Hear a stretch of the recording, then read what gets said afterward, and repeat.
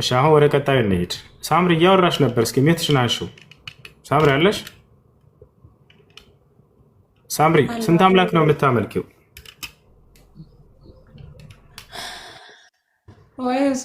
ዛሬ ገርመኛል። ግን የምር የምጠይቃቸው ጥያቄዎች ሁሉ በጣም የሚገርሙ ናቸው።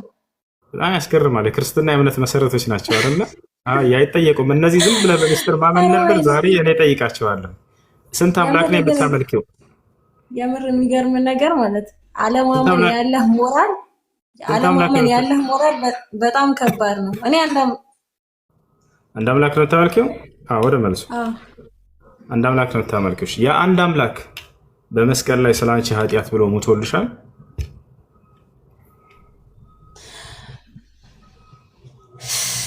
ይገልጸዋል። መልሱ መልሽና ወደ ቀጣያቸው እንድንሄድ። እሺ የአንድ አምላክ ስለ አንቺ ኃጢአት ብሎ ሞቶልሻል መስቀል ላይ? አዎ። በጣም ጥሩ። መስቀል ላይ ከሞተልሽ አምላክ ውጭ ሌላ አምላክ አለ? የለም። አንድ ነገር ልንገር፣ ከይቅርታ ጋር በጣም እያዛነፍከው ነው ያለህ። ወደ መልሱ ግቢ። እንትና ሳምሪ በኋላ እናወራለን ስለማዛነፉ። መስቀል ላይ ከሞተልሽ አምላክ ውጭ ሌላ ያልሞተ አምላክ አለ? የለም።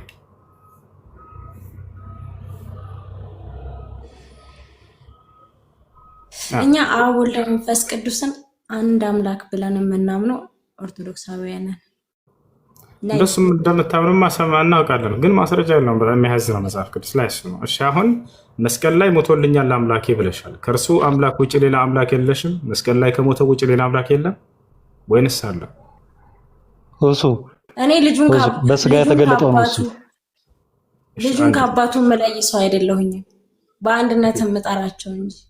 እሺ ስለዚህ መስቀል ላይ ሞቷል፣ አብም አባቱም ሞቷል ወይንስ አልሞተም? እሱ እሱ ጋር አሁን ለምሳሌ አብ አባት፣ ወልድ አብ አባት የታታድርጉት አድምነሽ ታውት ምን ሳታድርጉት። እሺ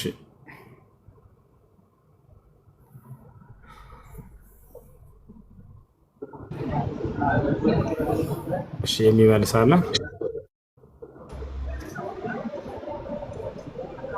ልጅ አቤላ እሱ ሰላም ብያለሁ። ሰላም ነው። እንዴት ነው? እንዴት ናችሁ? እግዚአብሔር ይመስገን ሰላም ነው። ጥያቄ ነበረኝ በዚህ ጉዳይ ሰው። እሺ ጥያቄ ምንድን ነው? እናንተ የምታወሩት እኔን የሚያወዛግበኝ ነገር ነው። አይ የመጀመሪያ ሙስሊም ማን ነው? ከማን አንፃር?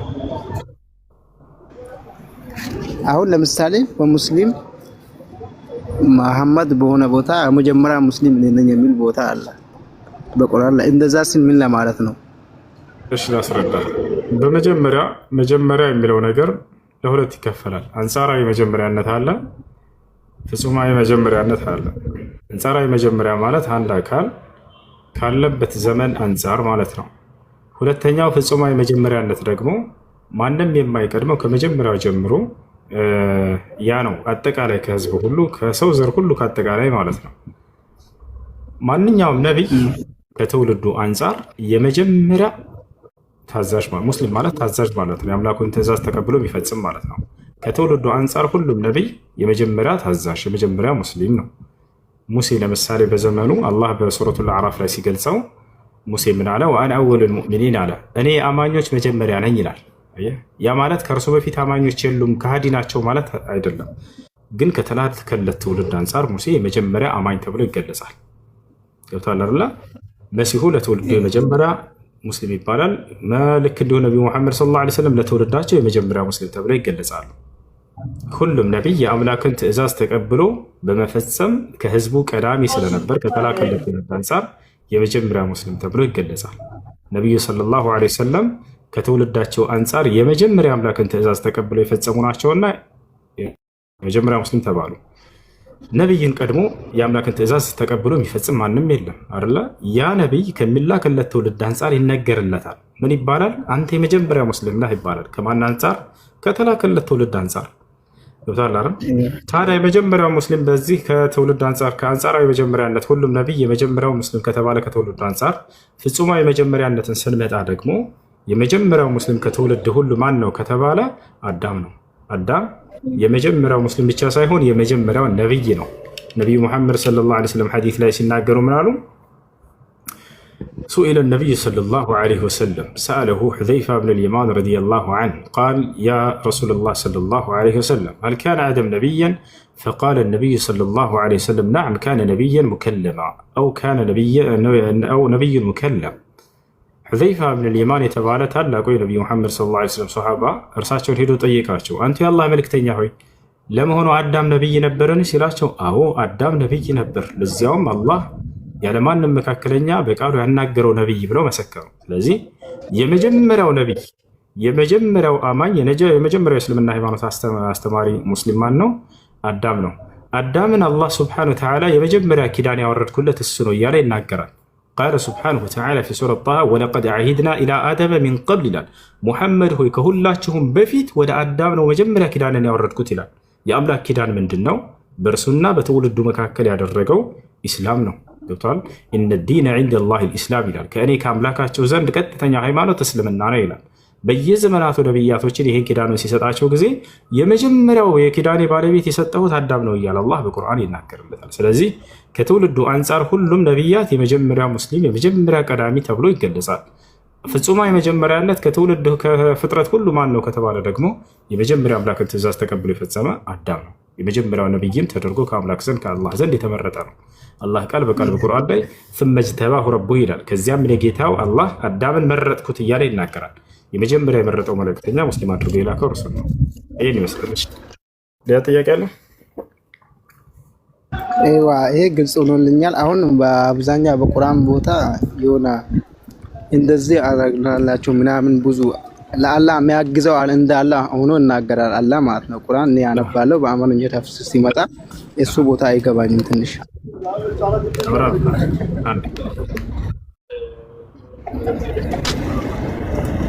ሰላም ወራህመቱላሂ ወበረካቱ። መርሐባሽ ነገ ከጅሙዓ በፊት ቀደም ብለን እዚህ ሰግደን ነው እንሄዳለን ኢንሻአላህ። እሺ አምላክ አላህ ሱብሓነሁ ወተዓላ በቁርአን ላይ እኛ እንዲህ አደረገን እኛ እንዲፈጠርን ይላል። ከእርሱ ጋር ሌላ አጋዥ እንዳለው ያሳያል። ይሄ ነገር እንዴት ነው የሚል ጥያቄ ነው። ለመሆኑ አጋዥ አለው አላህ ሱብሓነሁ ወተዓላ? ላ በፍጹም አጋዥ የለኝም እያለ ይናገራል ቃል በቃል። ለምን እኛ ይላል ወደሚለው እንሄዳለን። ከዚያ በፊት ግን ልጁ የተመሳሰለበት ነገር ልክ ሌላ አጋዥ እንዳለው ነውና አጋዥ የለኝም ብሎ ቃል በቃል የተናገረበትን ላሳየህ አንድ ጊዜ። አላህ በፍጥረታቱን በሚፈጥር ጊዜ ማንም አጋዥ የለኝም እያለ ይናገራል። ወማ ለሁም ፊሂማ ሚን ሽርክ ወማ ለሁም ሚን ظሂር እያለ ይናገራል። ሱረቱል ጓንድ ላውጣውና ቁርአን ላይ ላሳየህ። በምንም ነገር ላይ እርሱ አጋዥ እንደሌለው ራሱ ይናገራል። ፍጥረታትን በሚፈጥር ጊዜ እርሱ ብቻውን ነው። ሱረት ሰባ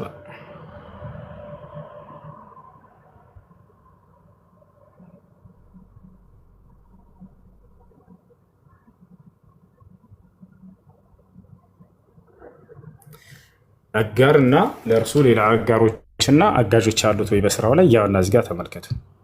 ምን ይላል አምላክ አላህ ሱብሓነሁ ወተዓላ? እነዚያን ከአላህ ሌላ አማልክት ብላችሁ የምታስቧቸውን ጥሩ አለ። አያችሁ፣ እርሱ ብቻውን ነው። ከእርሱ ውጭ ሌላ ማንም ሌላ አምላክ እንደሌለ እየተናገረ ነው።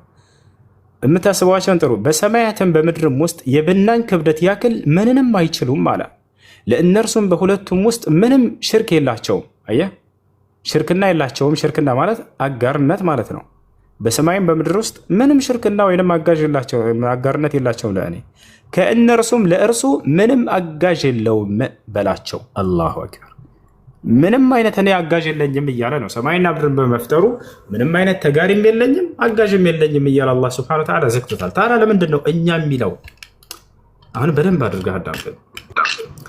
ኢና ወይንም እኛ የሚለው ቃል እንደ አረበኛ ቋንቋ እንደ አማርኛችንም ራሱ ለሁለት ዓላማ ይውላል። كلمة نحن يستعمل في يعني عبارتين بهولت فيتش يتጠቀሙት عليهن ቃል እኛ የሚለውን ቃል ማለት ነው።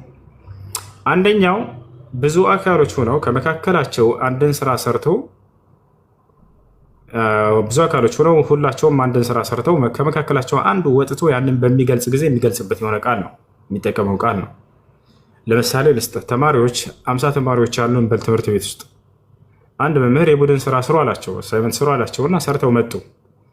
10 ሆኖ ሰርተው ከዚያ ከመካከላቸው አንዱ ወጥቶ በሚያቀርብ ጊዜ እኔ የሰራሁት አሳይመንት ሳይሆን የሚለው እኛ የሰራነው አሳይመንት ይላል። ገብታችኋል አይደለ? ምክንያቱም ከእርሱ ጋር ሌሎች አጋሮች ስላሉ 9 አካሎች ስላሉ። ይህ ምን ይባላል? የዚህ አይነቱ እኛነት የብዜት እኛነት ይባላል። ብዙ አካሎች ሆነው አንድን ስራ ሰርተው ከሆነ ከመካከላቸው ወጥቶ በሚያቀርብ ጊዜ ያንን በሚገልጽ ጊዜ እኛ እንዲህ ሰርተን ብሎ የሚናገርበት ይህ የብዜት እኛነት ይባላል። ሁለተኛው እኛነት ደግሞ ምንድነው? የግነት እኛነት ነው። እርሱም ምንድነው? አንድ አካል ብቻውን ሆኖ ሰርቶ ሳለ ሰርቶ ሳለ ይህ አካል እኛ እንዲህ አድርገን ብሎ የሚገልጽበት ነው። ይህ ደግሞ ልቅናውንና ክብሩን ታላቅነቱን ለመግለጽ የሚጠቀምበት እንጂ ብዙ ስለሆነ አይደለም። ገብታችኋል አይደለ? ይህንን የአረበኛ ቃል ፍቺ ቃል በቃል አሁን ማስረጃ ላሳየህ። ለዚህ ለሁለቱ ዓላማ እንደሚውል እኛ የሚለው ቃል አንድ እያወጣሁኝ እያሳየኋቸው ይሁን። ከዚያ በኋላ ታዲያ አላህ የትኛውን ነው የብዜትን ነው የግነትን ያሰበበት የሚለውን ደግሞ ራሱን አላህ ስብሐነሁ ወተዓላ እንጠይቀዋለን። በቁርአን ላይ ይመልስልናል። ራሱ ለመሆኑ ብዜት አለ ወይ እንላለን። አብሽር።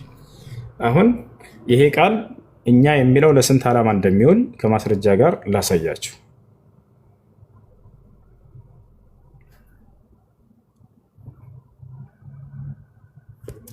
ቃሙስ ላይ እንግባ። የአረበኛ ቃላት መፍቻዎች ላይ እንግባ። ወደ አማርኛ ቀይርላቸዋለሁኝ። ያውና ወደ አማርኛ እዚሁ ይቀይርልናል። ተመልከት። አሁን እዚህ ቦታ ላይ አሁን በደንብ አትኩራችሁ። እዚህ ጋር እኛ የምትለውን ቃል ተመልከት። እሺ፣ የአረበኛ መዝገበ ቃላት ላይ ገብቼልሃለሁ። የአረበኛ መዝገበ ቃላት እኛ ይታያል አይደለ? እኛ የሚለው ለስንት ዓላማ እንደሚውል እዚህ ቦታ ላይ ይገልጽልሃል። ምን ይላል? ተመልከቱት። ሁለት ወይንም ከዚያ በላይ ተናጋሪዎች ለወንድም ሆነ ለሴት ራሳቸውን ለማመልከት የሚጠቀሙበት አለ። ከዛ አንጠላ ስረዛ አደረገላችሁ። ለአንደኛው ይሄ ነው። ይህ ምንድነው? ሁለት ወይንም ከዚያ በላይ ለሆኑ አካሎች ለወንድም ሆነ ለሴት የሚጠቀሙበት የሆነ ቃል ነው ካለ በኋላ ሁለተኛው ደግሞ ለምን ይውላል? እና ታላቅነትን ለመግለጽ ሲፈልጉ በአንድ ሰው ጥቅም ላይ ሊውል ይችላል አለ። አንድ ሰው ታላቅነቱን፣ ክብሩን፣ ልቅናውን ለመግለጽ እኛ ብሎ ሊጠቀምበትም ይችላል። አያችሁ አይደለ? ሁለተኛነት አለ። አንደኛው ምንድነው? የብዜትኛነት ነው። ሁለትና ከዚያ በላይ ሆኖ የሚናገሩት ቃል ነው እኛ ይላሉ። ልክ እንዲሁ አንድ አካል ታላቅነቱን፣ ክብሩን ለመግለጽ እኛ ብሎ የሚገልጽበት የሆነ ቃል ነው ማለት ነው። አሁን ቀጥታ ይህንን መሰረት ካወቅንና ከተረዳን እኛ የሚለው ቃል ለሁለት ዓላማ እንደሚውል ከተረዳን ታዲያ አላህ የትኛውን አስቡበት ነው ወደሚለው እንምጣ። አላህ ሱብሓነሁ ወተዓላ በብዜት ደረጃ ሲገልጽ ስለ ራሱ ስናየው ጊዜ እኔ አንድ ብቻ ነኝ ብሎ ይዘጋዋል። ማስረጃ ከተባለ ቁል ሁወ አላሁ አሐድ፣ እኔ አላህ አንድ ነኝ በላቸው እያለ ይናገራል። በል እርሱ አላህ አንድ ነው ይላል። ወኢላሁኩም ኢላሁ ዋሒድ ይላል በሱረቱል በቀራ ላይ። ላ ኢላሃ ኢላ ሁወ አርረሕማኑ ረሒም፣ አምላካችሁ እርሱ አላህ አንድ ብቻ ነው፣ ከእርሱ በስተቀር ሌላ ማንም አምላክ የለም በላቸው፣ እርሱም የአዛኞች ሁሉ አዛኝ ነው ይላል። እሺ አሁን ደግሞ ከፍ ልበል እስኪ እናድርገው ጥያቄው። ምናልባት ሁለት ሊሆን ይችላል እንዴ ብሎ ለሚያነሳ ሰው ሊኖር ይችላል አይደለ? ሁለትንም አንስቶ አይደለሁም በፍጹም ብሎ አላህ ደግሞ ዘግቶታል። የሚገርማችሁ በሱረቱ ነሕል ላይ ምን ይላል? ወቃለ አላሁ ላ ተተኺዙ ኢላሀይን ኢስነይን ኢነማ ሁወ ኢላሁ ዋሒድ፣ ሁለት አድርጋችሁ አትያዙኝ እኔ አንድ አምላክ ብቻ ነኝና አለ። ገብቶሻል? እሺ ሶስትስ ሊሆን ይችላል ወይ የሚለውን የምናንሳ እስኪ ከፍ ብለን። አላህ አሁንም ሶስት አትበሉኝ እኔ አንድ ብቻ ነኝ ብሎ ዘጋው። የቱ ጋር ይገኛል? ሱረቱ ኒሳ የመጨረሻው ገጽ ላይ ወላ ተቁሉ ሰላሳ ኢንተሁ ኸይረን ለኩም ኢነማ አላሁ ኢላሁ ዋሒድ አለ። ሶስት አትበሉኝ ከዚህ ንግግር ተቆጠቡ፣ እንዳውም እኔ አንድ አምላክ ብቻ ነኝና አለ። አያርለ ስለዚህ በብዜት ደረጃ ሊሆን ይችላል የሚለውን በሮች እንዳለ እያንዳንዳቸውን እያንኳኳ ዝግትግት አድርጓቸዋል። እኔ አንድ ብቻ ነኝ፣ ሁለትም አይደለሁም፣ ሶስትም አይደለሁም፣ ከአንድ በላይ አይደለሁም ብሎ ዘግቶታል። ስለዚህ ምን ለመግለጽ ነው ከተባለ ክብርና ልቅናውን ለመግለጽ እኛ እያለ እየተናገረ እንጂ አላህ ሱብሓነሁ ወተዓላ እርሱ ብዜት ኑሮት አይደለም። አይ አጋዥ ኑሮት ሊሆን ይችላል ያልከውንም ቃል በቃል እንዳሳየሁህ ሰማይና ምድር በመፍጠር ላይ እኔ ምንም አጋዥ የለኝም እያለ ቃል በቃል ይናገራል። ይህ ነው እና ሌላው እንድታውቁ የምፈልገው ነገር እዚህ ጋር የሚጨምርላቸው ነገር ምንድን ነው? አላህ በቁርአን ላይ ስለ ማንነቱ ሲናገር እኛ አይልም በፍጹም። አያቸው አይደለ? ስለምንድን ነው እኛ የሚለው? ስለሰራቸው ድንቅ ስራዎችና ስለፈጠራቸው ፍጥረታዎች ስለዋላቸው ጸጋዎች ብቻና ብቻ ነው። ስለ ማንነቱ ሲናገር እኛ ቢኖሩ የዛኔ ከአንድ በላይ ነው ብንል ራሱ ያስኬዳል። ስለ ማንነቱ ሲናገር ግን በአንድ በነጠላ ነው የሚናገር። የሚገርማቸው ለምሳሌ እንሂድ ሱራ ጣሃ ላይ አላህ ሱብሓነሁ ወተዓላ ቁጥር 14 ላይ ምን ይላል? ኢነኒ አነላህ ላ ኢላሃ ኢላ አነ ፈዕቡድኒ ወአቂም ሰላተ ለዚክሪ ይላል። ይህ ስለማንነቱ እየነገረ ነው። እኔ አላህ ነኝ አለ። ከእኔ በስተቀር ሌላ ማንም የምልክ አምላክ የለም አለ። እኛ አላህ ነን አይልም በፍጹም በቁርአን ላይ። ስለማንነቱ ሲናገር እኔ አላህ ነኝ፣ ከእኔ ከአላህ በስተቀር ሌላ ማንም አምላክ የለም፣ እኔንም በብቸኝነት ተገዛኝ ይላል። በሱራ ያሲን ላይ ምን ይላል? አለም አዕሀድ ኢለይኩም ያ በኒ አደም አን ላ ተዕቡዱ ሸይጣን ኢነሁ ለኩም ዐዱው ሙቢን ወአን ዕቡዱኒ ሃዛ ሲራጡን ሙስተቂም አለ። እኔም በብቸኝነት ተገዙኝ፣ ይህ ነው ቀጥተኛው መንገድ አለ። ገብቶቻል አይደል? በሱረቱል ዐንከቡት ላይ አላህ ሱብሓነሁ ወተዓላ ምን ይላል? ያ ዒባዲየ አለዚነ አመኑ ኢነ አርዲ ዋሲዐ ፈኢያየ ፈዕቡዱን አለ። እናንተ ያመናችሁ ባሮቼ ሆይ ምድሬ ሰፊ ናች፣ ብትፈልጉ ደስ ወዳላባችሁ ቦታ ሄዳችሁ ተሳዳችሁ እኔም በብቸኝነት ተገዙኝ ይላል። ወኢያየ ፈርሀቡን ይላል ሱረቱል በቀራ ላይ፣ እኔም ብቻ ፍሩኝ። ወኢያየ ፈተቁን ይላል እዛው ላይ፣ እኔም ብቻ ፍሩኝ እያለ ይናገራል። ስለ ማንነቱ ሲናገር እኔ ብቻ ነው የሚለው። አያችሁ አይደል? እኛ አይደለም ስለዋላቸው ጸጋዎች፣ ስለፈጠራቸው ፍጥረታቶች፣ ስለሰራቸው ድንቅ ስራዎች እኛ የሚለው በስራዎቹ ላይ ክብርና ልቅና ለመግለጽ እንጂ ስለ ማንነቱ ሲናገር እኛ ብሎ አላህ ሱብሓነሁ ወተዓላ አይናገርም ማለት ነው። ይህን ይመስላል። ሌላ ጥያቄ ያለው ካለ መጠየቅ ይችላል። ተመልሶልኛል። ምንም አልገባለኝ የነበረው ያው እኛ የሚለውና መሐመድ የመጀመሪያ ሙስሊም ነኝ የሚለው ነው። እሱ ነበር ተመልሶልኛል። ሌላ ደግሞ አንድ አባት እናቱና ሙስሊም ሆኖ አንድ ልጅ ሲወለድ ሻሃዳ ይዛል። ድጋሚ ጥያቄ እንቅርታ። አንድ ሰው ምንድን ያልከው? ለምሳሌ አባት እናቱ ሙስሊም ናቸው። ልጁ ሲወለድ ሻሃዳ ይዛል። የእስልምና መነሻ ሻሃዳ ነው። ሻሃዳ አይዝም ይልሽ። ምክንያቱም ማንኛውም ሰው ሲፈጠር ሙስሊም በእኛ በክርስትና ጥምቀት የሚባል ነገር ስላለ እንደዛ ነው። ግልጽ ሊሆን የሚፈልግ ነው። ይህን ሁሉ ለምን እንደሚያደርጉባችሁ ኢስላም ሙሉ መልስ አለ፣ ይነግራቸዋል። አሁን መልሱን አዳምጡ። አንድ ሰው ሲወለድ ሻሃዳ ያዘ ይባላል። ለምን? ምክንያቱም ሲፈጠር ሙስሊም ነው። አንድ ሰው ሲፈጠር ሙስሊም ነው ስንል ምን ማለት ነው የሚለውን አሁን በደንብ አዳምጡ። እንዴ ሳይረዳ እንዴት ነው ሙስሊም ሊሆን የሚችለው የሚል ጭንቅላታቸው ላይ ሊመጣ ይችላል አይደለ? ይህን ነገርም እመልስላቸዋለሁ። እንዴት ነው ሙስሊም ነው አንድ ሰው ሲፈጠር ሲል ምን ለማለት ተፈልጎበት ነው የሚለውን ከማስረጃ ጋር እያወጣ አሳያቸዋለሁ። አምላክ አላህ ስብሐነሁ ወተዓላ በሱረቱ ሩም ምዕራፍ 30 ቁጥር 30 ላይ ሲናገር ምን አለ? ፈአቂም ወጅሀከ ሊዲን ሐኒፋ ፊጥረተ ላሂ አለቲ ፈጠረ ናስ ዐለይሃ ላ ተብዲለ ሊኸልቂላሂ ዛሊከ ዲኑል ቀይም ወላኪነ አክሰረ ናስ ላ ያዕለሙን አለ። የሰው ልጆች ሆይ ለቀጥተኛው ሃይማኖት ለእስልምና ብቻ ፊታችሁን አዙሩ፣ ወደ ሌሎች ሃይማኖታችሁን ፊታችሁን አታዙሩ። እኔ ሰዎችን ሁሉ ስፈጥራቸው ጊዜ የፈጠርኩባቸው ሃይማኖታቸው ሲሆን እርሱም አለ ምን አለ? ሰዎችን ሁሉ የፈጠርኩባቸው የተፈጥሮ ሃይማኖታቸው ነው ብሎ እስልምናን ገለጸው። እንዴት ሊሆን ይችላል? የተፈጥሮ ሃይማኖታችን ነው ማለት ነው። እንዴት ነው በዚያ ላይ ተፈጠረ ማለት የምንችለው? ወደዚህ ከመሄዳችን በፊት ሌላ የአሁኑን የሚመስሉ ማስረጃችን ልስጣቸው። አላህ በሌላ ማነው ነቢያችን ሰለላሁ ዐለይሂ ወሰለም ምን አሉ? ሐዲስ ላይ ማ ሚን መውሉድን ኢላ ወዩለዱ ዐለል ፊጥራ ፈአበዋሁ ዩሀውዳኒሂ አው ዩነስራኒሂ አው ዩመጅሳኒሂ አሉ። ማንም የሚወለድ ህፃን የለም በሚወለድ ጊዜ ሙስሊም ሆኖ የሚወለድ ቢሆን እንጂ፣ ነገር ግን ከዚያ በኋላ ወላጆቹ ወዳሉበት እምነት ያጠምቁታል አሉ። ክርስቲያኖችን ከሆኑ ወደ ክርስትና፣ አይሁዶችን ከሆኑ ወደ አይሁድነት፣ ሁሉም ወዳለበት ልጁን እምነቱን ይቀይሩባቸዋል ብለው ተናገሩ። አላህ ስብሐነሁ ወተዓላ በሐዲስ አልቁድሲ ላይ በነቢ ሰለላሁ ዐለይሂ ወሰለም አንደበት ላይ ሲናገር ምን አለ? ቃለ ነቢዩ ሰለላሁ ዐለይሂ ወሰለም ቃለ አላሁ ተዓላ ያዕኒ ፊል ሐዲስ አልቁድሲ ኢኒ ኸለቅቱ ዒባዲ ሑነፋ ፈጅታለትሁሙ ሸያጢን። አምላክ አላህ ሲናገር ምን አለ? እኔ ባሮችን ሁሉ በእኔ መንገድ ቀጥ አድርጌ ነው የፈጠርኳቸው። ከዚያም በኋላ ግን የሰይጣንን መንገድ የሚከተሉ ሰዎች ወይም ሰይጣናት እነርሱን አሳተቻቸው፣ አጣመመቻቸው እንጂ ብሎ ተናገረ። እሺ የሰው ልጅ በእስልምና መንገድ ላይ ነው የተፈጠረው ሲፈጠር ሲባል ምን ለማለት ነው ወደሚለው እንምጣ። እኛ ሰዎች የሁለት ነገር ቅይጦች ነን፣ ውህዶች ነን። አንደኛ ስጋ አለን፣ ሁለተኛ ነፍስ አለን አይደል? አዎ ስጋ አለን፣ ነፍስ አለን። መቼ ነው ነፍሳችን የተፈጠረችው? ስጋችንስ መቼ ነው የተፈጠረው? ስጋችን የተፈጠረው ያለምንም ጥርጥር በእናቶቻችን ማህፀን ውስጥ ነው።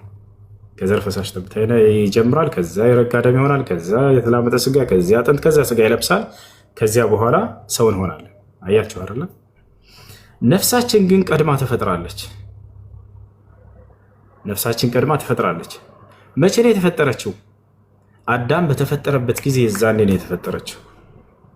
የእያንዳንዱ የአዳም ልጆች ሁሉ ነፍስ ሰማይ ምድር ከመፈጠራቸው ማን ነው አዳም ገና እንደተፈጠረ ወዲያው የዛኔ ተፈጥሮ ተጨርሰዋል። ገብታችኋል አይደል? ይህን ነቢያችን ሰለላሁ ዐለይሂ ወሰለም ሐዲስ ላይ ይናገራሉ። አላህ ሱብሓነሁ ወተዓላ በቁርአን ላይ ይናገራል።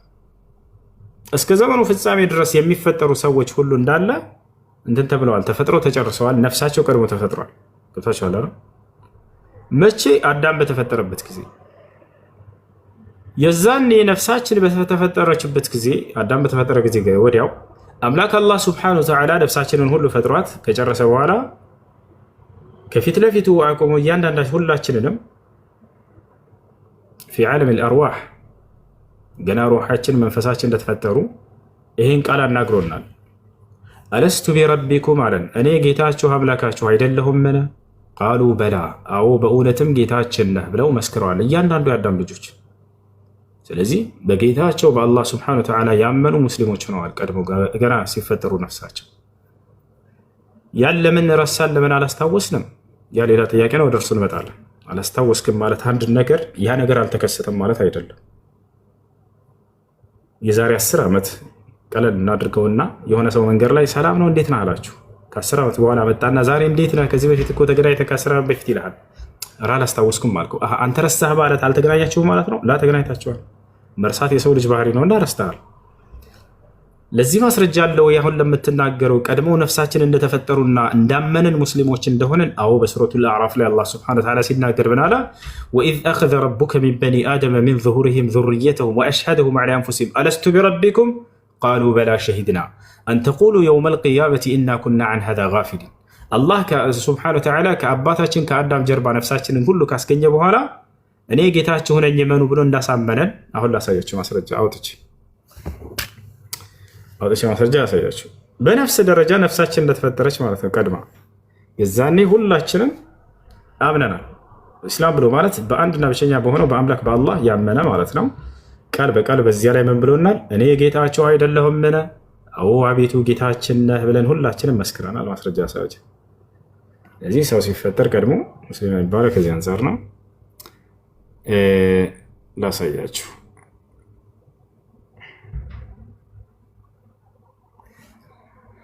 ሱረቱል አዕራፍ 172 ላይ እንመልከት።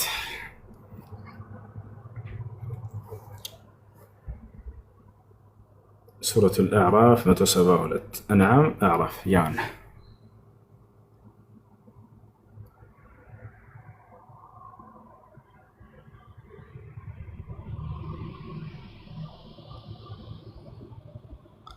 መቶ 172 ያው እስከ ጌታህም አምላክ አላህ ስብሐነሁ ወተዓላ እየነገረን ነው።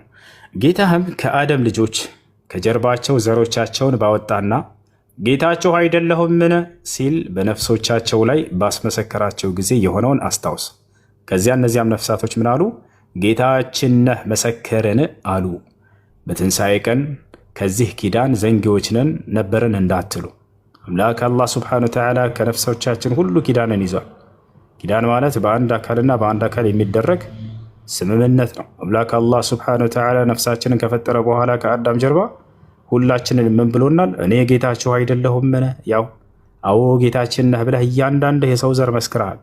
አላህ ምን አለ? ነገ ትንሣኤ ቀን ከዚህ ዘንግተናል ከዚህ ኪዳን እንዳትሉ ያውና በነቢይ በኩል ይህን ኪዳናቸውን ላስታውሳችሁ ልኬላቸዋለሁ እያለ ነው። ሙሐመድ ሆይ ለትውልድ ይሄን አስታውስ፣ ይሄ ኪዳን በእኔና በእነርሱ መካከል እንዳለ እያላቸው ነው። ስለዚህ የሰው ዘር ሁሉ እንዳለ ሲፈጠር በነፍስ ደረጃ ቀድሞ ተፈጥሯል። የዛኔ አምላክ አላህ ከፊቱ አቁሞ አናግረዋል። አዎ ጌታዬ ነህ አምላኬ ነህ ብለህ እያንዳንድ መስክረሃል። ታቸዋለ ይሄን ይመስላል። እሺ እና ውስጡ እኔ ደግሞ እዚህ ቤት ምናምን ከታች ሁሌም እሰማለሁ። የምታወሩ ነገር ሁሉም በማረጃ ነው። ደስ ይላል። ቆይቷል እዚህ ከታች እየሰማው ሄዶም በጣም ደስ ይለኛል። እኔ ደግሞ አሁን እስልምና ለመቀበል አስቤ ነበር። እናቴ ደግሞ እስልምና ከተቀበልካ እናቴ ብላ እንዳጠራኝ ብላኛለች። አባቴ ደግሞ ሲጠይቀው አንተ መብት ነው አስታውቃል ብሎኛል። ይሄ እንዴት ምን ቢያደርግ ይሻለኛል? እስልምናን ለመቀበል ከወሰነ ማንም ፍጥረት ሊይዘው አይገባም። ማንም ፍጥረት ሊይዛቸው አይገባም። እስልምና ማለት አምላክ በእናንተና በእርሱ መካከል በነቢያት በኩል የያዘባቸው ቃል ኪዳን ነው። ኪዳኑ ነው። ኪዳኑ ነው። ስለዚህ ይህንን ለነቢያችን ሰለላሁ ዐለይሂ ወሰለም ናሉ ላ ጣዓተ ሊመክሉቅን ፊ ማዕሲየት ልኻሊቅ አሉ። ፈጣሪን በማመፅ ላይ ፍጥረታትን መታዘዝ አይቻልም አሉ። የአምላክ ፍላጎትና የፍጡር ፍላጎት ቢጋጭባችሁ የፈጣሪ ፍላጎት ነው ማስቀደም ያለባቸው። ሲቀጥል እዚህ ዓለም የመጣችሁት አምላካቸውን ለመገዛት እንጂ ፍጥረታቶችን ትእዛዛቸውን ለመጠበቅ አይደለም። ሁላቸውም ሟቾች ናቸው። ነገር ግን እድለኛ ሰው ብሎ ማለት ለተፈጠረበት ዓላማ የኖረ ሰው ነው። የተፈጠራችሁበት ዓላማ ምንድን ነው? አላህ ሲናገር ወማ ኸለቅቱል ጂነ ወልኢንሰ ኢላ ሊያዕቡዱን ይላል። ሰዎችን አልፈጠርኳቸውም እኔን በብቸኝነት እንዲገዙኝ ብዬ እንጂ እያለ ይናገራል። ዝም ብሎ በከንቱ አልመጣም። የሰው ልጅ ትልቅ ዓላማ አለበት። የተፈጠረበት ዓላማ አለበት። አይደለም ይሄ ትልቅ ምጡቅ አእምሮ ያለው ፍጥረት ሰው አይደለም። እኔም ይሄ ደንቆሮ ነገር ይሄ ስልክ ዓላማ አለው የተሰራበት። የዚህ የስልክ ባለቤት የሰራበት ዓላማ አለው። ሰዎች ብዙ አገልግሎት እንዲጠቀሙበት ብሎ ነው እንጂ ዝም ብሎ በከንቱ አይደለም። ታዲያ ይሄን አእምሮ የሰጣቸው አምላክ ዝም ብሎ በከንቱ ፈጥሮ የሚተዋቸው ይመስላችኋል? ላ አይደለም። አፈሐሲብቱም አነማ ኸለቅናኩም ዐበተን ወአነኩም ኢለይና ላ ቱርጀዑን። እኔ ዝም ብዬ በከንቱ የፈጠርኳቸው ይመስላችኋልን? ከሞታችሁ በኋላ ወደ እኔ የማትመለሱ ይመስላችኋልን?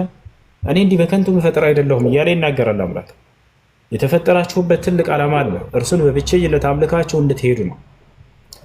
ገብታችኋል አይደል? ወማ ኸለቅቱል ጂነ ወልኢንሰ ኢላ ሊያዕቡዱን ይላል። ሰዎችም ሆነ ጂኖችን አልፈጠርኩም በብቸኝነት እንዲገዙኝ እንጂ አለ። ስለዚህ አምላክ አላህ ሱብሓነሁ ወተዓላ ለፈጠራችሁ ዓላማ ኑራችሁ ሙቱ። የዛኔ ሰዎች ወደዱም አልወደዱም ጉዳይ ሊሰጣቸው አይገባም። እሱ ሁላቸውም አፈር ናቸው፣ ወደ አፈር ተመላሾች ናቸው። ሰዎች እንዲህ ይሉኛል ብላችሁ የአምላክን ትእዛዝ መተው የለባቸውም እና ስለዚህ ይህን ነገር አንተ ማሳወቅ አይጠበቅብህም። ለቤተሰብ አይሰልም ያለሁኝ ላ የግዴታ አይደለም። በአንተና በአምላክ መካከል ነው እምነት ብሎ ማለት። አምላክ አላህ ስብሐነ ወተዓላ አይ ለሰው ካላሳወቃችሁ አልቀበላችሁም አላለም። በአንተና በእርሱ መካከል ብቻ ለዘላለም እንዲቀር ማድረግ ትችላለህ። ወጣላ ያ እና በአካባቢህ ሙስሊም ጓደኞች ካሉ ከነርሱ ጋር በመሄድ እስላማዊ ትምህርቶችን እየተማርክ ከነርሱ ጋር ጓደኛ አለኝ። አሁንም ጓደኛ ከኔ አለኝ። በቃ እንደዛ ከሆነ አሁን ሻሃዳ ማዝ ፈልጋለሁ። ይህ ችግር ያመጣል ብዬ አስብ። ከእርሱ ጋር ሆነ እስላማዊ ትምህርቶችንም እንድትማር ያግዝሃል። አብሮ ልክ እንደሆነ ደግሞ ሶላት አሰጋገድ ያስተምርሃል። መጪው ረመዳን ነው። ከሁለት ወር ምናምን በኋላ እነዚህን ትጾማለህ ማለት ነው። ምን ይመስላል? አሁን ከኔ ጋር ሻሃዳ ለማለት ዝግጁ ነህ አይደለ? እሺ የምለውን ቃል አብራኝ እየተከተልክ በል። አሽሃዱ አላ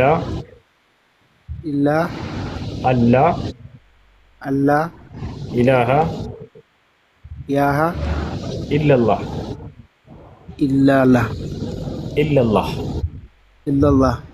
ወአሽሃዱ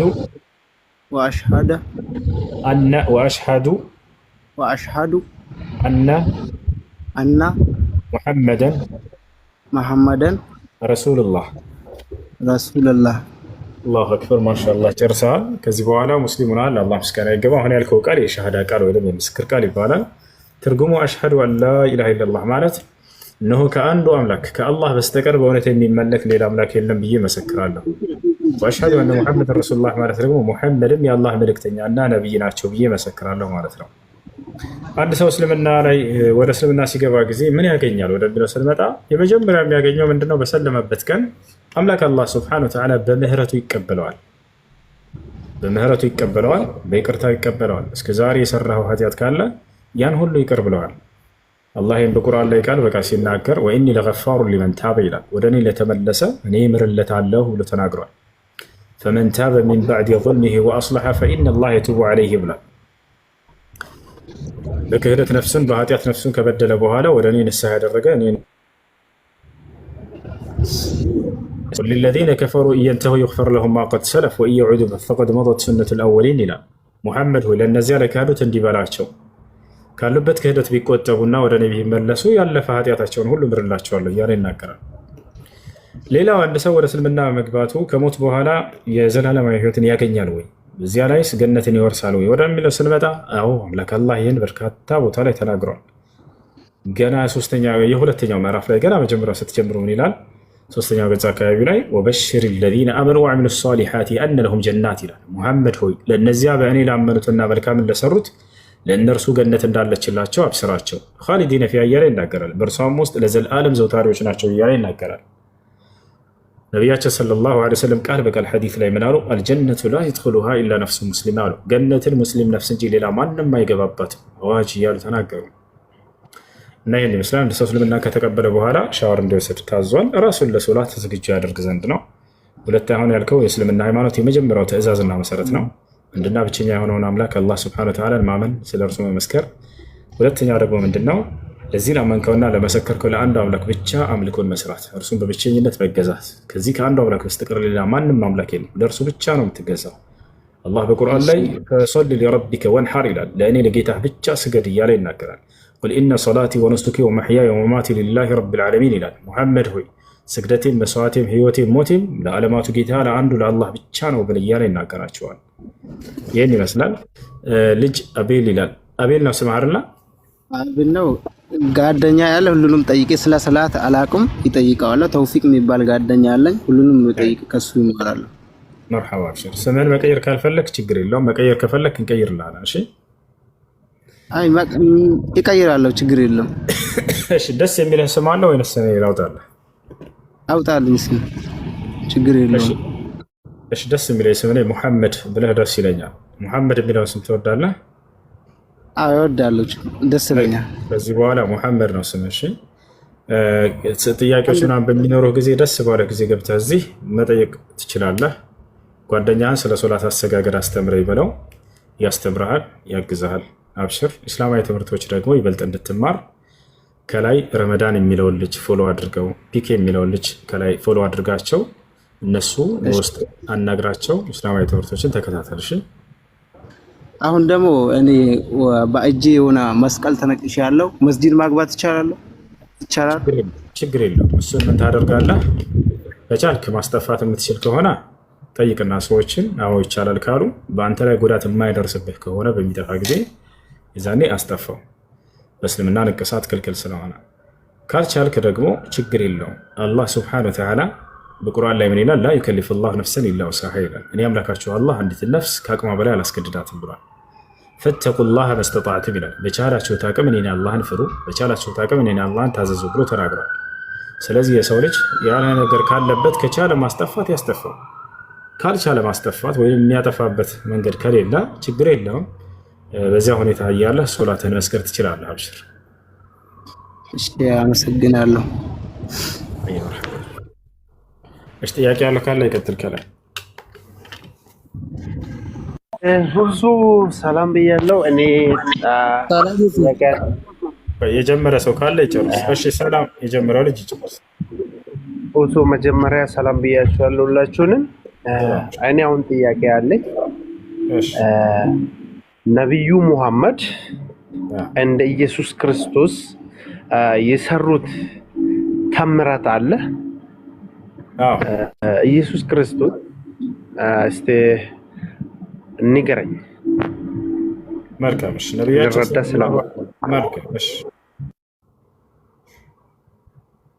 ነቢያችን ሰለላሁ ዐለይሂ ወሰለም ካደረጉት ተአምር መካከል አንደኛው ምንድን ነው? የመካ ሰዎች ጠየቋቸው፣ ያ ሙሐመድ ኢንኩንተ ነቢየን አሪና አያ፣ አንተ ሙሐመድ ሆይ እንዳው እውነት ነቢይ ከሆንክ ተአምር ሰርተህ እንድታሳየን እንሻለን አሏቸው። ነቢ ሰለላሁ ዐለይሂ ወሰለምም ጨረቃን ከፍላ አሳያቸው። ጨረቃን ከፍላ አሳያቸው። ማስረጃ ሶሒህ ሙስሊም ላይ ይገኛል። አንድ ካደረጉት ተአምር ይሄ ነው። ሁለተኛው ምንድን ነው? ነቢያችን ሰለላሁ ዐለይሂ ወሰለም ካደረጉት ተአምር ሰዎች ሶላት ሰዓት ደረሰባቸው። እንደምታውቁት ሶላት ስንሰግድ ጊዜ ውዱ የሚባል ነገር አለ። ውዱ ያደርጋሉ በውሃ ማለት ነው። ነገር ግን በሰዓቱ ውሃ የላቸውም ነበር ሰሃቦች። አንተ የአላህ መልእክተኛ ሆይ የሶላት ሰዓት ደርሶብናል፣ ውሃ ደግሞ የለም ውዱ የምናደርግበት አሏቸው። በጣም በርካታ ህዝቦች ናቸው። በዚህ ጊዜ ነቢያችን ሰለላሁ ዐለይሂ ወሰለም ከጣቶቻቸው መካከል ውሃ እንዲወጣ አደረጉላቸው። ይህን የአይን እማኞች ውዱ ያደረጉና ተአምሩን ያዩ የተቋደሱ የአይን እማኞች መስክረውታል። በጣቶቻቸው መካከል ውሃ ሲወጣ ተመለከትን፣ ከዚያም ውዱ አደረግን አሉ። ይህ ለእርሳቸው የተደረገ አንደኛው ድንቅ ተአምር ነው። ሌላው ነቢያችን ሰለላሁ ዐለይሂ ወሰለም ለጥቂት ሰው የምትበቃን ምግብ ለብዙ ሰው የመባረክ ተአምርን ተሰጥተዋል። ይህንን አሁን የምነግራቸው እንዳለ ተአምራቶች በሰባበል የተዘገቡ እንዳይመስላችሁ። ከጊዜ በኋላ ሰው መጥቶ የሚዘግበው ሳይሆን የአይን እማኞች ራሳቸው ይሄንን እንዲህ ሲያደርጉ አየን ብለው የሚናገሩ ናቸው። ሰሃቦች ሲናገሩ ምን አሉ? ከዕለታት አንድ ቀን የኸንደቅ ጊዜ ነው። 1400 እና ወደ 1500 አካባቢ የሚጠጉ ሰሃቦች ባሉበት ቦታ ነብዩ ሰለላሁ ዐለይሂ ወሰለም አብረው የህብረት ስራን እየሰሩ እያለ ተርበዋል። በጣም ተርበዋል። መራባቸውን ያየ አንድ ሰሃባ አማኝ ለምን ከቤቴ ምግብ አላመጣላቸውም ብሎ ሄደ። ወደ ቤቱ ሄደና ሚስቱን ጠየቃት። ቤት ውስጥ የሚበላ የሚቀመስ አለ ወይ? የአላህ መልእክተኛ ነብዩ መሐመድ ሰለላሁ ዐለይሂ ወሰለም ተርበው አይቻለሁ ለእርሳቸው ምግብ እንደወስድላቸው ሲላት፣ አይ ቤት ውስጥ ምንም ምግብ የለም፣ ነገር ግን እቺ ትንሽዬ ዱቄት አለች፣ እንዲሁም ትንሽዬ ግልገል አለች፣ ፍየል፣ እቺ እንረድና ስጋ ሰርተንላቸው ቂጣ ጋግረን እንውሰድላቸው ካልክሽ አለችው። እንግዲህ አሁንስ ከታረደች አይቀር ከእርሳቸው ጋር ትንሽ ሰዎችንም ጋብዤ እመጣለሁ አለና ሰውየው ፍየሏን አረዳት፣ ዱቄቱንም አብኪው አላት እስኪቦካ ድረስ። ልክ እንዲሁ የታረደችው ፍየል ድስት ላይ ያስቀመጠችውና በቃ ሄድ ጥራቸው ከእርሳቸው ጋር ሁሉንም እንዳትጠራ አደራ አይበቃምና፣ ነገር ግን ከእርሳቸው ጋር 4 እና 5 ሰዎች የሚሆኑ ብቻ አጠራለችው። ይህንንም አደራ ለእርሳቸው በሚስጥር ንገራቸው ብላ ተነግራለች። ይህም ሰው ወደ ነቢያችን ሰለላሁ ዐለይሂ ወሰለም ጋር ሄደ። አንተ የአላህ መልእክተኛ የእርሱን መራብ አይቼ አልቻልኩምና ምግብ ላመጣልዎት ሂጄ ነበር፣ ከቤት አላገኘሁም፣ ግን ትንሽዬ ዱቄት ነበረች፣ እርሷን አብክተናል፣ ቂጣ ልንጋግር፣ እንዲሁም ደግሞ ትንሽዬ ግልገል አርደናል፣ ከእርሱ ጋር 1 4 5 ሰዎችን ጋብዣለሁኝ፣ ይምጡ ወደ ቤት ያላቸው። ይህን በሚስጥር ነበር የነገራቸው ቀስ ብሎ። ከዚያ በኋላ ነቢያችን ሰለላሁ ዐለይሂ ወሰለም ወንድሞቼ ሆይ ድምፃቸውን ከፍ አድርገው ማለት ነው፣ ወንድማችን ምግብ ጋብዞናል፣ ኑ ወደ ቤት እንሂድ ምሳ እንብላ አላቸው። ይህ ሰው ደነገጠ። እንዴ አንተ አላህ መልእክተኛ የተዘጋጀችው ትንሽዬ ግልገል ነች፣ ለዚህ ሁሉ ህዝብ እኮ አታበላም፣ አትበቃም፣ ዱቄቷም ትንሽ ነች እኮ አትበቃም አለ። ነቢያችን ሰለላሁ ዐለይሂ ወሰለም እኔ የምልህን አሁን ሄድና አድርግ ብቻ አሉት። ዱቄቱንም ያን የተቦካውን እንዳትጋግሪ እስክመጣ ድረስና እስክባርከው ድረስ፣ ከድስቱም ላይ ስጋውን እንዳታወጪ እስክመጣና እስክባርከው ድረስ ብለውሻል ብለው አዘዙት። ሰውየም ሄደና ለሚስቱ ነገራት። ተቆጣች። እርሷ ቀስ ብለህ አትነግራቸውም ነበር እንዴ? ለዚህ ሁሉ ህዝብ እኮ የሚበቃ አይደለም እያወቅከው ምግቡን ብላ ተናገረች። እኔ ያልሽኝ ቀድ ፈዐልቱ ማ ቁልት አላት። ያልሽውን ሁሉ አድርጌያለሁ ተናግሬ ነበር በሚስጥር። ነገር ግን ነብዩ ሰለላሁ ዐለይሂ ወሰለም እንዲህ አድርጉ ብለውናል፣ እስኪ ያንን እኔ እስክመጣ ድረስ እንዳታወጡት ብለዋል፣ እንጠብቅ። ነቢያችን ሰለላሁ ዐለይሂ ወሰለም ከ1400 እና 500 ህዝቦቻቸው ጋር ወደ ቤት ደረሱ፣ መጡ። አሁን የተቦካውን አምጪው አሉ። ወዲያው ወደዐ ወባረክ ይላል ሐዲስ ላይ። ወዲያውም ጸሎት አደረጉ ነብዩ ሰለላሁ ዐለይሂ ወሰለም እና ሰጧት። እንኪ አሁን መጋገር ጀምር ያሏት። ድስቱንም አምጡት አሉ። ነቢያችን ሰለላሁ ዐለይሂ ወሰለም ጸሎት አደረጉ፣ ባረኩት። አሁን እንኩ ይህንን እዚህ አስቀምጠዋል። ቂጣ እየጋገረች ለባሏ ትሰጣለች፣ ባልየው ለነብዩ ሰለላሁ ዐለይሂ ወሰለም ያቀብላል። ነቢያችን ሰለላሁ ዐለይሂ ወሰለም በእያንዳንዱ ቂጣ ላይ ስጋን እያደረጉ ከዚያ ከድስቱ እየጨለፉ በጭልፋ ለሰሃቦቻቸው መስጠት ጀመሩ። ሰሃቦች እየተመለከቱ ነው። የአይን እማኙ ያየው ሰሃባ ሲናገር ምን አለ? በአላህ ስም እምላለሁ እያለ የማለ ነው የተናገረው። ወደ 1400 እና 500 አካባቢ የምንጠጋ ሰሃቦች ሁላችንም በልተን ጠገብን። ስጋውም ስንመጣ እንደነበረ ነው አልቀነሰም፣ የተቦካውም ሊጥ ስንመጣ እንደነበረ ነው አልቀነሰም ብሎ ይናገራል። ነቢያችን ሰለላሁ ዐለይሂ ወሰለም ለጥቂት ሰው የምትበቃን ምግብ ለብዙ ህዝብ የመባረክን ተአምር ተሰጥተው ነበር። ይህ ነቢያችን ሰለላሁ ዐለይሂ ወሰለም ካደረጉት ጥቂቱ ነው። በጣም በርካታ ተአምራትን ተሰጥተዋል። እንዳው እንቁጠረው ከተባለ ሸይኹል ኢስላም ኢብኑ ተይሚያ ረሒመሁላህ ተዓላ አልፉርቃን በይነ አውሊያ አርረሕማን ወአውሊያ ሸይጣን የሚለው መጽሐፉ ላይ ኪታቡ ላይ ከ1000 በላይ ተአምራትን አድርገዋል ይላል። በሌላ መጽሐፉ ላይ ሸይኹል ኢስላም ኢብኑ ተይሚያ ረሒመሁላህ ተዓላ አልጀዋብ አስሶሒሕ ሊመን በደለ ዲን አልመሲሕ የሚለው መጽሐፉ ላይ ከ1000 በላይ ተአምራቶች አድርገዋል ብሎ ተናግሯል። አልኢማሙ አልበይሀቂ ረሒመሁላህ ተዓላ ደላኢሉ ኑቡዋ የሚል መጽሐፋቸው ላይ ልክ እንዲሁ ከ1000 በላይ ነው ተአምራቶቻቸው እያሉ ዘግበዋል። እንደው በጥቂቱ እነዚህ ናቸው። ገብቶሃል አይደለ? በጣም በርካታ ተአምራቶችን አድርገዋል። አንድ የነብይነት ማረጋገጫቸው ይሄ ተአምር ማድረግ ነው። ሌላኛው ትንቢትን መናገራቸውና ያ ትንቢት መፈጸሙ፣ ሌላም በርካታ የነብያት መስፈርቶች ብለው የሚመጡ ነገራቶችን ሁሉ በነብዩ ሰለላሁ ዐለይሂ ወሰለም ላይ ታገኛላችሁ። እና ካደረጉት ተአምር መካከል እነዚህ ናቸው። እሺ ጊዜ እንትን ስለሚልብን እነዚህ ይበቃሉ። ቀጣይ ጥያቄ ካለ መጠየቅ ትችላለህ። አይ እዚህ ማስረጃ ማሳይ የምትል ከሆነ ማስረጃዎች ሆነም እየከፈትኩ ያንዳንዳቸው አሳያለሁ። አዎ እኔ እሱን ነው የምፈልገው። ቁርአን ላይ የተጻፈበት ካለ እንድትሳየኝ እፈልጋለሁ። አሁን ለምሳሌ አንተ እንደነገርከኝ ከሆነ ሊያምንክ ላላምንክ ይችላል። ምክንያቱም አንተ ነህ የተናገርከው። ቁርአን ላይ የተጻፈበት ካለ ልረዳ ስለሚፈልግ በደንብ እንድታሳየኝ ይፈልጋለሁ። ቢያንስ አንድ ሁለት ቦታውን ብታሳየኝ መልካም ነው ብዬ አስባለሁ። አብሽር አብሽር አብሽር አብሽር። ሃይ ሃይ ሃይ ሃይ። እሺ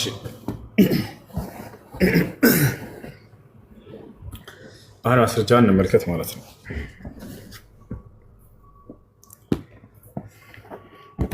የመጀመሪያው ነቢያቸው ሰለላሁ ዐለይሂ ወሰለም ጨረቃን የከፈሉበት ምንጭም ልስጠ እያንዳንዱን ያዘው።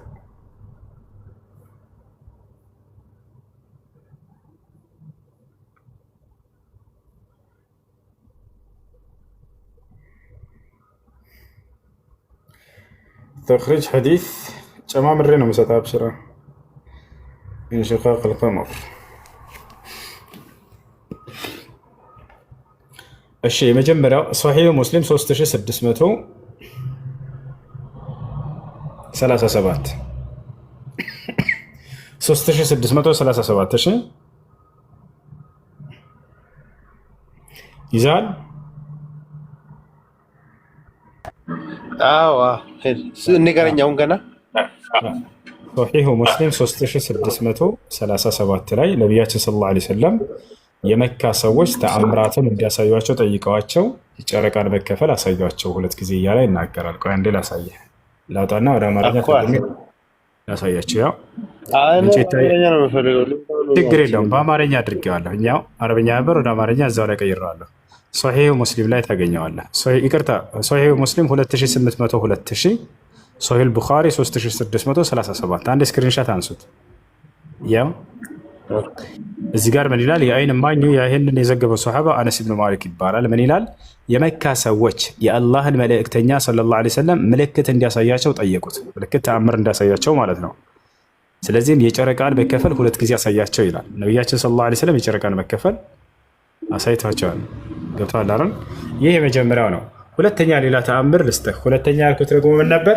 ማንም የሚያስታውሰኝ? ሁለተኛ የነገርኩህ ምን ነበር ታስታውሳለህ? ከጣቶቻቸው መካከል ውሃ ማውጣታቸው አይደለ? ውሃ አይዋ፣ ከጣቶቻቸው መካከል ውሃ እንዳወጡላቸው የአይን እማኝ ያዩ የተቋደሱ ሰሃቦች ምስክር ነው። እሺ እሱን ደግሞ ነሳኢ ላይ 78 ነሳኢ 78 ላይ ታገኘዋለህ። ነሳኢ ብለህ ጻፍና ከሐዲስ ሱና ዶትኮም ላይ ገብተህ እነዚህን ምንጮች ይዘህ ማየት ትችላለህ። ጠለበ ባዕዱ አስሓቢ ነቢይ ሰለላሁ ዐለይሂ ወሰለም ውዱአን ፈለም የጅዱ ይላል ሐዲስ ላይ። ወደ አማርኛ ቀይርላቸዋለሁ። የነቢዩ ሙሐመድ ሰለላሁ ዐለይሂ ወሰለም ከፊል ሰሓቦቻቸው ውዱ ማድረጊያ ውሃን ፈለጉ፣ ነገር ግን አላገኙም ነበር ይላል። ውዱ ማድረጊያ ውሃን ፈልገው የውዱ ውሃ አላገኙም። ፈቃለ ነቢ ሰለላሁ ዐለይሂ ወሰለም ሃሁና ማ ፈኡትየ ቢማኢን ፈወضዐ የደሁ ፊል ኢናእ አለዚ ፊህ ልማእ ثم قال ተወضኡ ቢስሚላህ ፈረአይቱ ልማአ የፉር ሚን በይኒ አሳቢዒሂ። ቃል በቃል ከጣቶቻቸው መካከል ውሃ ሲወጣ ተመለከትን ያሉ ሰሓቦችን ነው ላሳያቸው። በአማርኛ ልቀይረው። ያውና ነሳኢ 78 ያዛት ችን አንድ ጊዜ ያው ነሳኢ 78 ያዛት። እዚህ ቦታ ላይ ምን ይላል? አንዳንድ የነቢዩ ሙሐመድ ሰለላሁ ዐለይሂ ወሰለም ሰሓቦች ባልደረቦች አላህ ይባርካቸውና ሰላም ይስጣቸውና ለመዋጀት ውሃ ጠይቀዋል ይላል። ውዱ ለማድረግ ለማለት ነው። ነገር ግን ምንም አላገኙም ነበር ይላል። ከዚያ በኋላ ምን እንዳለ ተመልከቱ። ይህ ሰሃባ ምን እንደሚል መጨረሻ ላይ ተመልከቱ። ልጆች ይታያቸዋል፣ ይታያል። ያው ውሃው ከጣቶቹ መካከል ሲፈስ አየሁ። አላህ ይባርከውና ሰላም ይስጠውና አለ። ከጣቶቻቸው መካከል ውሃ ሲወጣ ያዩ የመሰከሩ ሰሃቦች ያው ማን ይባላል? የቅድሙ ተአምሩን የዘገበልህ ራሱ አነስ ብኑ ማሊክ የተባለው ማለት ነው። ምንጭ ያዘው። አየህ፣ ውሃ ከጣቶቹ መካከል ሲፈስ አየሁ እያለ ቃል በቃል ይናገራል። አሁን ደግሞ ማሳየህ ምንድን ነው? ለጥቂት ሰው የምትበቃን ምግብ ለብዙ ህዝብ መባረካቸው አይደለ? እሱን ደግሞ ላሳየህ፣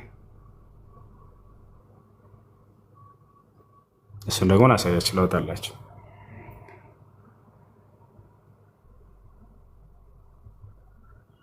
አይ ሁለቱ ማብራሪያ ለኔ በቅቶኛል እና ለሌሎቹም ተራ ስለሚያስፈልጋቸው እና ምንድነው አሁን ሌላ ያሉ ቴንክ ዩ ምንድነው ነብዩ ሙሐመድ አሁን ሞተዋል አይደል ወይስ በህይወት አሉ? እሺ ጨርስና ለመልስልሃለሁ። እኛ አብሽር ሁሉንም ጨርስ ሐሳብ። ኦኬ ሞተው ከሆነ እንደ ኢየሱስ ክርስቶስ ለምን አልተነሱም? ነብይ ከሆኑ የአላህ መልእክተኛ ከሆኑ ለምን አልተነሱም የሚለው ጥያቄ ነው። ኢየሱስ ክርስቶስ ተነስቷል። እኛ በምናምነው ኢየሱስ ክርስቶስ ተነስቶ በአባቱ ቀኝ እንዳለ ነው የምናምነው። ተመልሶ እንደሚመጣም እናንተም ታውቃላችሁ፣ እኛም እናውቃለን። ሙሐመድስ የት ሄዱ? ለምንድን ነው የማይመለሱት እንደ ኢየሱስ ክርስቶስ? ከመጀመሪያው ጀምረን ከመሞታቸው ጀምረን እናንሳ። እሺ ከመሞታቸው በፊት ያለውን ለምን ሞቱ ይህን ቢለውን ሁሉ ማንሳት ይቻላል፣ ችግር የለም። መልሶ ስላለ እሱ ጀምረን በደንብ አዳምጠኝ። ነቢያችን ሰለላሁ ዐለይሂ ወሰለም ሁወ አፍضل من خلقه الله عز وجل على وجه الأرض من لدن آدم إلى قيام الساعة، فليس هناك أشرف عند الله عز وجل من النبي صلى الله عليه وسلم. والدليل على ذلك قوله عليه الصلاة والسلام: أنا سيد ولد آدم ولا فخر، ولواء الحمد يوم القيامة بيدي ولا فخر، وأنا أول من تنشق عنه القبر يوم القيامة ولا فخر، وأنا أول من يدخل الجنة يوم القيامة. ከሰው ሁሉ በላጭ እዚህ ዓለም ላይ አደም ከተፈጠረ አንስቶ እስከ ዘመኑ ፍጻሜ ድረስ ማን ነው ከተባለ ነብዩ ሰለላሁ ዐለይሂ ወሰለም ናቸው። ማስረጃ ሐዲስ ላይ ሲናገሩ እኔ የአደም ልጆች ሁሉ በላጭና አይነታ ነኝ እያሉ ይናገራሉ። አነ ሰይድ ወለደ አደም። ይህን ስል ግን ፉከራ እንዳይመስላቸው እውነታ ነው አሉ ነብዩ ሰለላሁ ዐለይሂ ወሰለም። በህይወታቸው ምን ይጠላሉ? ፉከራ በሰዎች ላይ። ነገር ግን ያለውን እውነታ መደበቅ የለባቸውም እና ያንን እውነታ ሲናገሩ ከሰው ዘር ሁሉ ማን ነው በላጩ ከተባለ እርሳቸው መሆናቸውን ተናገሩ። መሞት ሰውን ዝቅ ያደርጋል ወይ ከተባለ ዝቅ ያደርጋል። ዝቅ የሚያደርገው ማንን ነበር? መሞት የማይችል ማን ነው? ሞት የሚባል የማይገባው አምላክ ሞተ ቢባል የዛኔ ነበር ዝቅ የሚያደርገው። ሞት የእርሱ ባህሪ አይደለም። አምላክ ለምሳሌ እኔ ለዘላለም ሕያው ነኝ አልሞትም አለ አምላክ አላህ ሱብሓነሁ ወተዓላ። ወተወከል ዐለል ሐይ አለዚ ላ የሙት ይላል። ያሻርላ በፍጹም በማልሞተው በእኔ በአምላካችሁ ላይ ተመኩ ይላል። እንደማይሞት አምላክ እየነገረኝ አይ ሞቷል ቢባል የዛኔ ይሄ አምላክ የዛኔ ነው እርሱ ነው ረከሰ ሊባሉ። ነገር ግን ፍጥረታት ከነቢ ሰለላሁ ዐለይሂ ወሰለም በፊት እንዳለ እነ አብርሃም ሙተዋል፣ እነ ሙሴ ሙተዋል፣ ሁሉም ሙተዋል። ቶታች አለ አምላክ ሙተዋል የሚለው ነገር ግን በፍጹም ይህ አምላክን ሊያረክሰው የሚችል ነገር ከእርሱ ጋር ነው። እንዳጠቃላይ ነቢያችን ሰለላሁ ዐለይሂ ወሰለም አለመሞት ይችሉ ነበር ወይ ወደሚለው እንምጣ። ነቢያችን ሰለላሁ ዐለይሂ ወሰለም ምርጫ ተሰጥቷቸዋል። ምን የሚል ምርጫ? ከፈለክ ለዘላለም ምድር ላይ ላኖርህ ከፈለክ ደግሞ ሞተህ ወደ ቀጣዩ ዓለም መሸጋገርን የሚለው ምርጫ ተሰጥቷቸው ነው። በምርጫቸው ነው ወይ የሞቱት? አዎ ነው። ማስረጃ ቃለ ነቢይ ሰለላሁ ዐለይሂ ወሰለም ነቢያችን ሰለላሁ ዐለይሂ ወሰለም ሐዲስ ላይ ሲናገሩ ምን አሉ? ኢነላሃ ኸየረ ዐብደን በይነ አልበቃኢ ፊ ዱንያ ወበይነ ማ ዒንደላህ ፈኽታረ ማ ዒንደላህ የቅሱዱ ቢልዐብድ ነፍሱሁ ዐለይሂ ሰላቱ ወሰላም። ነቢ ሰለላሁ ዐለይሂ ወሰለም ቃል በቃል ምን አሉ?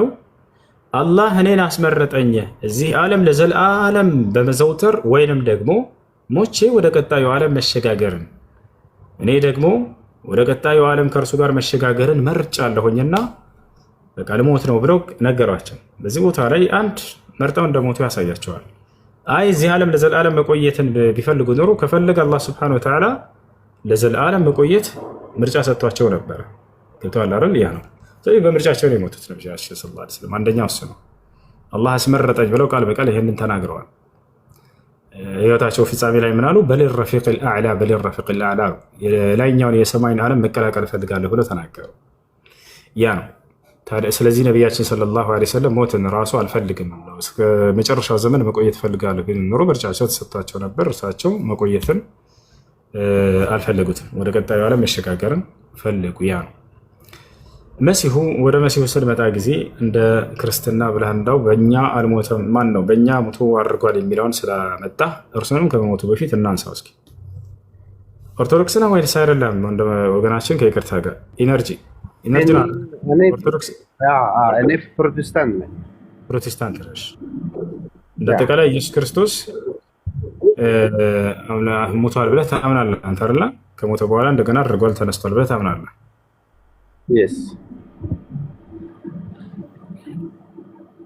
አንደኛ ይሄ ሰፋ ያለ ርዕሰ ልናነሳ ነበረ፣ እንለፈው መሰለኝ። ምክንያቱም ስለ ስቅለቱ ስለሞቱ ከተነሳ እኔ አልጨረስኩም። አሁን ልጨርስልና ምንድነው አልተረዳውም። አሁን የመለስክልኝን ጥያቄ ቅድም ሁሉንም ቁርአን ላይ እያሳየኸኝ ነበረ። በፈቃዳቸው እንደሞቱ እንዳልሞቱም ልረዳ ፈልጌ ነበረ። አላሳየኸኝም። እና ምርጫን እንደሰጣቸው አሳያለሁ። ችግር የለም። ቴንኪው። ከሞቱስ በኋላ ደግሞ ይመለሳሉ ወይ? በሌላኛው ዓለም እንደ ኢየሱስ ክርስቶስ እኛን ሊወስዱ ይመጣሉ? ነብዩ ሙሐመድ ሞቶ ወደ ካባ እንደተቀበሩም እንደዛም ነው አይደለም? ካባ ውስጥ አልተቀበሩ። ካባ ውስጥ አልተቀበሩ። ካባ አይደለም ቤታቸው። እኔ እንድታስረዳኝ ስለምፈልግ ነው። ገብቶኛል። እንደዛ ነው። አሁን ወደ ክርስትና መግባት ያልፈለግኩት መረዳት እና መጠየቅ ስለምትፈልግ ነው። ገብቶሃል? ሙግት ብትፈልግ ኑሮ አሁን ወደ ክርስትና ገብቼ አንዳንድ ጥቅሶች ያነሳልህ ነበር፣ በክርስቶስ በሞት መነሳት መመለስ ምናምን ዙሪያ ማለት ነው አይደለ? ስለዚህ አንተ መጠየቅ ብቻ ስለሆነ የምትፈልገው ስለ ስብዕና ያንን ጠብቄ እየመለስኩልህ ነው። እና ነው ነብዩ ሰለላሁ ዐለይሂ ወሰለም የሞቱበት ምክንያት ምንድን ነው ከተባለ ምርጫ ተሰጥተው ነበር። አይኔ መቆየት እፈልጋለሁ ቢሉ እንዳስመረጣቸው አምላክ አላህ ሱብሓነሁ ወተዓላ አምላክ አላህ አስመርጦኛል ብለው ቃል በቃል ተናግረዋል። መርጠውት ነው ነብዩ ሰለላሁ ዐለይሂ ወሰለም ወደ ቀጣይ ዓለም መሸጋገር እፈልጋለሁ፣ የዚህ ዓለም ህይወት ይበቃኛል፣ መልእክቴ ካደረስኩኝ አድርስ የተባልኩትን ብለው ራሳቸው ነብዩ ሰለላሁ ዐለይሂ ወሰለም ምርጫውን ወስደዋል። እኛ እሱ ነው። ሌላው ነገር ዳግም የመሲህ ሲሆን መመለስ ለምን ሌሎችስ ነብያቶች አልመጡም ወይንም እነሱ ለምን እንዲመጡ አልሆነም? መሲሁ ዳግም እንዲመጣ ወደ ምድር ለምን ተፈለገ የሚለውን ምክንያቱን ልንገርህ። እሺ አለ ኤነርጂ ነው። በደንብ እየሰማሁ ነው። አሁን አዳምጡ በደንብ አድርጋችሁ። እንደ ሁለታችንም እምነት እንደ ክርስትናም እንደ ሙስሊሞችም ምንድን ነው ያለው ነገር መሲሁ ዳግም ይመጣል የሚለው ነገር ላይ እንስማማለን። ገብታችኋል? አንድ የማንስማማበት ነገር ምንድን ነው? መሲሁ ተገደለ፣ ተሰቀለ፣ ተነሳ፣ አረገ የሚለው የእናንተ እምነት ሲሆን እንደ እስልምና ደግሞ አምላክ አላህ ሱብሓነሁ ወተዓላ በክብር አሳርጎታል። ሳይገደል ሳይሰቀል እነዚያ ይሁዲዎች አሳልፎ ሳይሰጠው በክብሩ አሳርጎታል ብለን እናምናለን። ገብታችኋል? አምላክ አላህ በቁርአን ላይ ገና መሲሁን ለመግደልና ለመስቀል ሲያሴሩበት እኔ ከተንኮላቸውና ከሴራቸው አድናለሁ ብዬ ቃል ገብቼለት አንስቼዋለሁ ብሎ ይነግረናል። በቁርአን ላይ ሲናገር ምን አለ? ወመከሩ ወመከረ አላህ ወላሁ ኸይሩል ማኪሪን አለ። መሲሁ ላይም ተንኮልና ሴራን አሴሩበት፣ እኔ ደግሞ ተንኮልና ሴራቸውን አከሸፍኩኝ። እኔ የተንኮለኞችን ተንኮል የማውቅና የማከሽፍ ነኝና ብሎ ተናገረ። ከዚያ መሲሁን ያናገረውን ቃል ተረከልን በቁርአን ላይ ኢዝ ቃለ አላህ ያ ዒሳ ኢኒ ሙተወፊከ ወራፊዑከ ኢለየ ወሙጠሂሩከ ሚነ ለዚነ ከፈሩ አለ። አንተ ዒሳ ሆይ እኔ አንተን ላነሳህ ነው፣ ወደ እኔም ልወስድህ ነው፣ ከእነዚያ ከካዱት ከይሁዳውያንም ግድያና ስቅለትም ላድንህ ነው አለው። አያቸው አይደለ? ገና ቀድሞ ተንኮልና ሴራቸውን አምላክ አላህ ሱብሓነሁ ወተዓላ ስላወቀ ለመሲሁ አሳወቀው። በአንተ ላይ እንዲህ እያደረጉ ነው፣ እያሰቡ ነው አንተን ለመግደል ለመስቀል፣ እኔ ተንኮልና ሴራቸውን ደግሞ አክሽፌ ልወስድህ ነው ብሎ ቃል ገባለት። ከዚያም እርሱን ለመግደል በመጡ ጊዜ አምላክ አላህ ሱብሓነሁ ወተዓላ ያን የተከበረ ታላቅ ነቢይ ለነዚያ ለተዋረዱ ለአይሁዶች አሳልፎ ሳይሰጠው አከበረው፣ በመልአክ እንዲያርግ አደረገው፣ አነሳው። አላህ ሱብሓነሁ ወተዓላ በል ረፈዐሁ ላሁ ኢለይህ ይላል። በእውነትም እኔ ወደ እኔ አንስቼዋለሁኝ ይላል። ገብተዋል? የት ይገኛል ከተባለ በሁለተኛው ሰማይ ላይ በክብር ይገኛል። ነቢዩ ሙሐመድ ሰለላሁ ዐለይሂ ወሰለም ሰባቱን ሰማያት አድርገው በሄዱ ጊዜ የሶላትን ትእዛዝ ለመቀበል ከአምላካችን ከአላህ ዘንድ ከመልአኩ ገብርኤል ጋር አብረው ሂደዋል። የዛኔ ሁለተኛው ሰማይ ላይ አግኝተውታል። ሰላምታንም ሁሉ ተለዋውጠዋል። ማስረጃ ሐዲስ ላይ ከፈለጋችሁ ሶሒህ ሙስሊም 162 ላይ ማየት ትችላላችሁ። ነቢያችን ሰለላሁ ዐለይሂ ወሰለም ምን አሉ? ለማ ዑሪጀ ቢ ኢለ ሰማኢ ሳቢዓ እጠለዕቱ ፊ ሰማኢ ሳኒያ ፈረአይቱ ዒሳ ወየሕያ ዐለይሂም ሰላም ብን ልኻላ ፈሰለመ ዐለየ ወረሐበ ቢ ወደዓሊ ብልኸይር ፈቃሉ መርሐበን ብልአኽ ሳሊሕ ወነቢይ ሳሊሕ። ነቢያችን ሰለላሁ ዐለይሂ ወሰለም ምን አሉ? ሰባቱን ሰማይ እንዳርግ በተደረግኩኝ ጊዜ ወደ ሁለተኛው ሰማይ ላይ ስወጣ በሁለተኛው ሰማይ ላይ የማርያምን ልጅ መሲሁን አገኘሁት አሉ። ኢብኑ መርየም ብለው ቃል በቃል የማርያምን ልጅ መሲሁን አገኘሁት አሉ። ፈሰለመ ዐለየ በእኔ ላይ ሰላምታንም አቀረበልኝ፣ ወረሐበ ቢ አቀባበልም አደረገልኝ አሉ። ወደዓሊ ብልኸይር ለእኔም በመልካም ነገር ጸሎት አደረገልኝ አሉ። ወደ ፈጣሪያቸው ወደ አላህ እየሄዱ ስለሆነ ነቢዩ ሰለላሁ ዐለይሂ ወሰለም ትእዛዛትን የሶላት ትእዛዛትን ለመቀበል የዛኔ ከአምላክህ ዘንድ መልካም ነገር ይግጠምህ ሙሐመድ ብሎ እንትን አላቸው፣ ጸሎት አደረጋላቸው። እንዴት ተቀበላቸው? አቀባበሉ እንዴት ነበር ከተባለ በዚህ ቃል መርሐበን ቢልአኽ ሷሊህ ወነቢይ ሷሊህ ነው ያላቸው። መልካሙ ወንድሜ መልካሙ ነቢይ እንኳን መጣ ወደ ሰማይ ዓለም አላቸው። ማን ነው ብሎ አልጠየቅም ዒሳ። ሁሉም እያንዳንዱ ሰማይ ላይ ነቢያቶችን በነፍሳቸው አግኝተዋቸዋል። ዒሳን ግን መሲሁን እርሱ ስላልሞተ ስላልተገደለ ስላልተሰቀለ ከነስጋው ከነነፍሱ ነው ያገኙት። አሁን እዚህ ቦታ ላይ እንዴት አወቋቸው ነቢያቶች? አንዱም ነቢይ እንኳን በሰማይ ላይ ማን ነው ይሄ ብሎ የጠየቀ የለም። ገና እንዳዩቸው መልካሙ ነቢይ መልካሙ ወንድማችን ሙሐመድ እንኳን ወደ ሰማይ ዓለም መጣ ብሎ አቀባበል ነው ያደረጉላቸው። ምክንያቱም ከዚያ በፊት እነዚህ ነቢያቶች ሁሉ ስለ ነቢ ሰለላሁ ዐለይሂ ወሰለም ሙሉ ገጽታና አካል ተክለሰውነታቸው በደንብ ያውቁ ነበር። ማንም ነቢይ የለም ለትውልዱ ስለ ነቢዩ ሙሐመድ ሰለላሁ ዐለይሂ ወሰለም መገለጫዎች እንዳለ የተናገረ ቢሆን እንጂ አምላክ አላህ ባለፉት ነቢያቶች ላይ ሁሉ እንዳለ ቃል ኪዳን ይዞባቸዋል ስለ መጨረሻው ዘመን ነቢይ። ምክንያቱም ያለፉት ነቢያቶች ለየአካባቢያቸው ለየህዝቦቻቸው ነበር የሚላኩት። የመጨረሻው ዘመን ነቢይ ነቢ ሰለላሁ ዐለይሂ ወሰለም ሲላኩ ለዓለም ሁሉ ተላኩ። ያ ማለት የእነዚያን ነቢያቶች ሁሉ ኃላፊነትና በጫንቃቸው ላይ ተሸክመው ለትውልድ ያስተላለፉ ነቢይ ናቸው። በጣም ትልቅ ሁኔታ አላቸው በቀደሙት ነቢያት ላይ ሁሉ። ያ ሁሉ ነቢይ ለየአካባቢው ለየሰፈሩ ህዝብ አድርስ የተባለውን ነቢ ሰለላሁ ዐለይሂ ወሰለም በእርሳቸው ጫንቃ ላይ አምላክ አላህ አደረገና አንተ ደግሞ ለዓለም ትውልድ ሁሉ አድርስ አላቸው።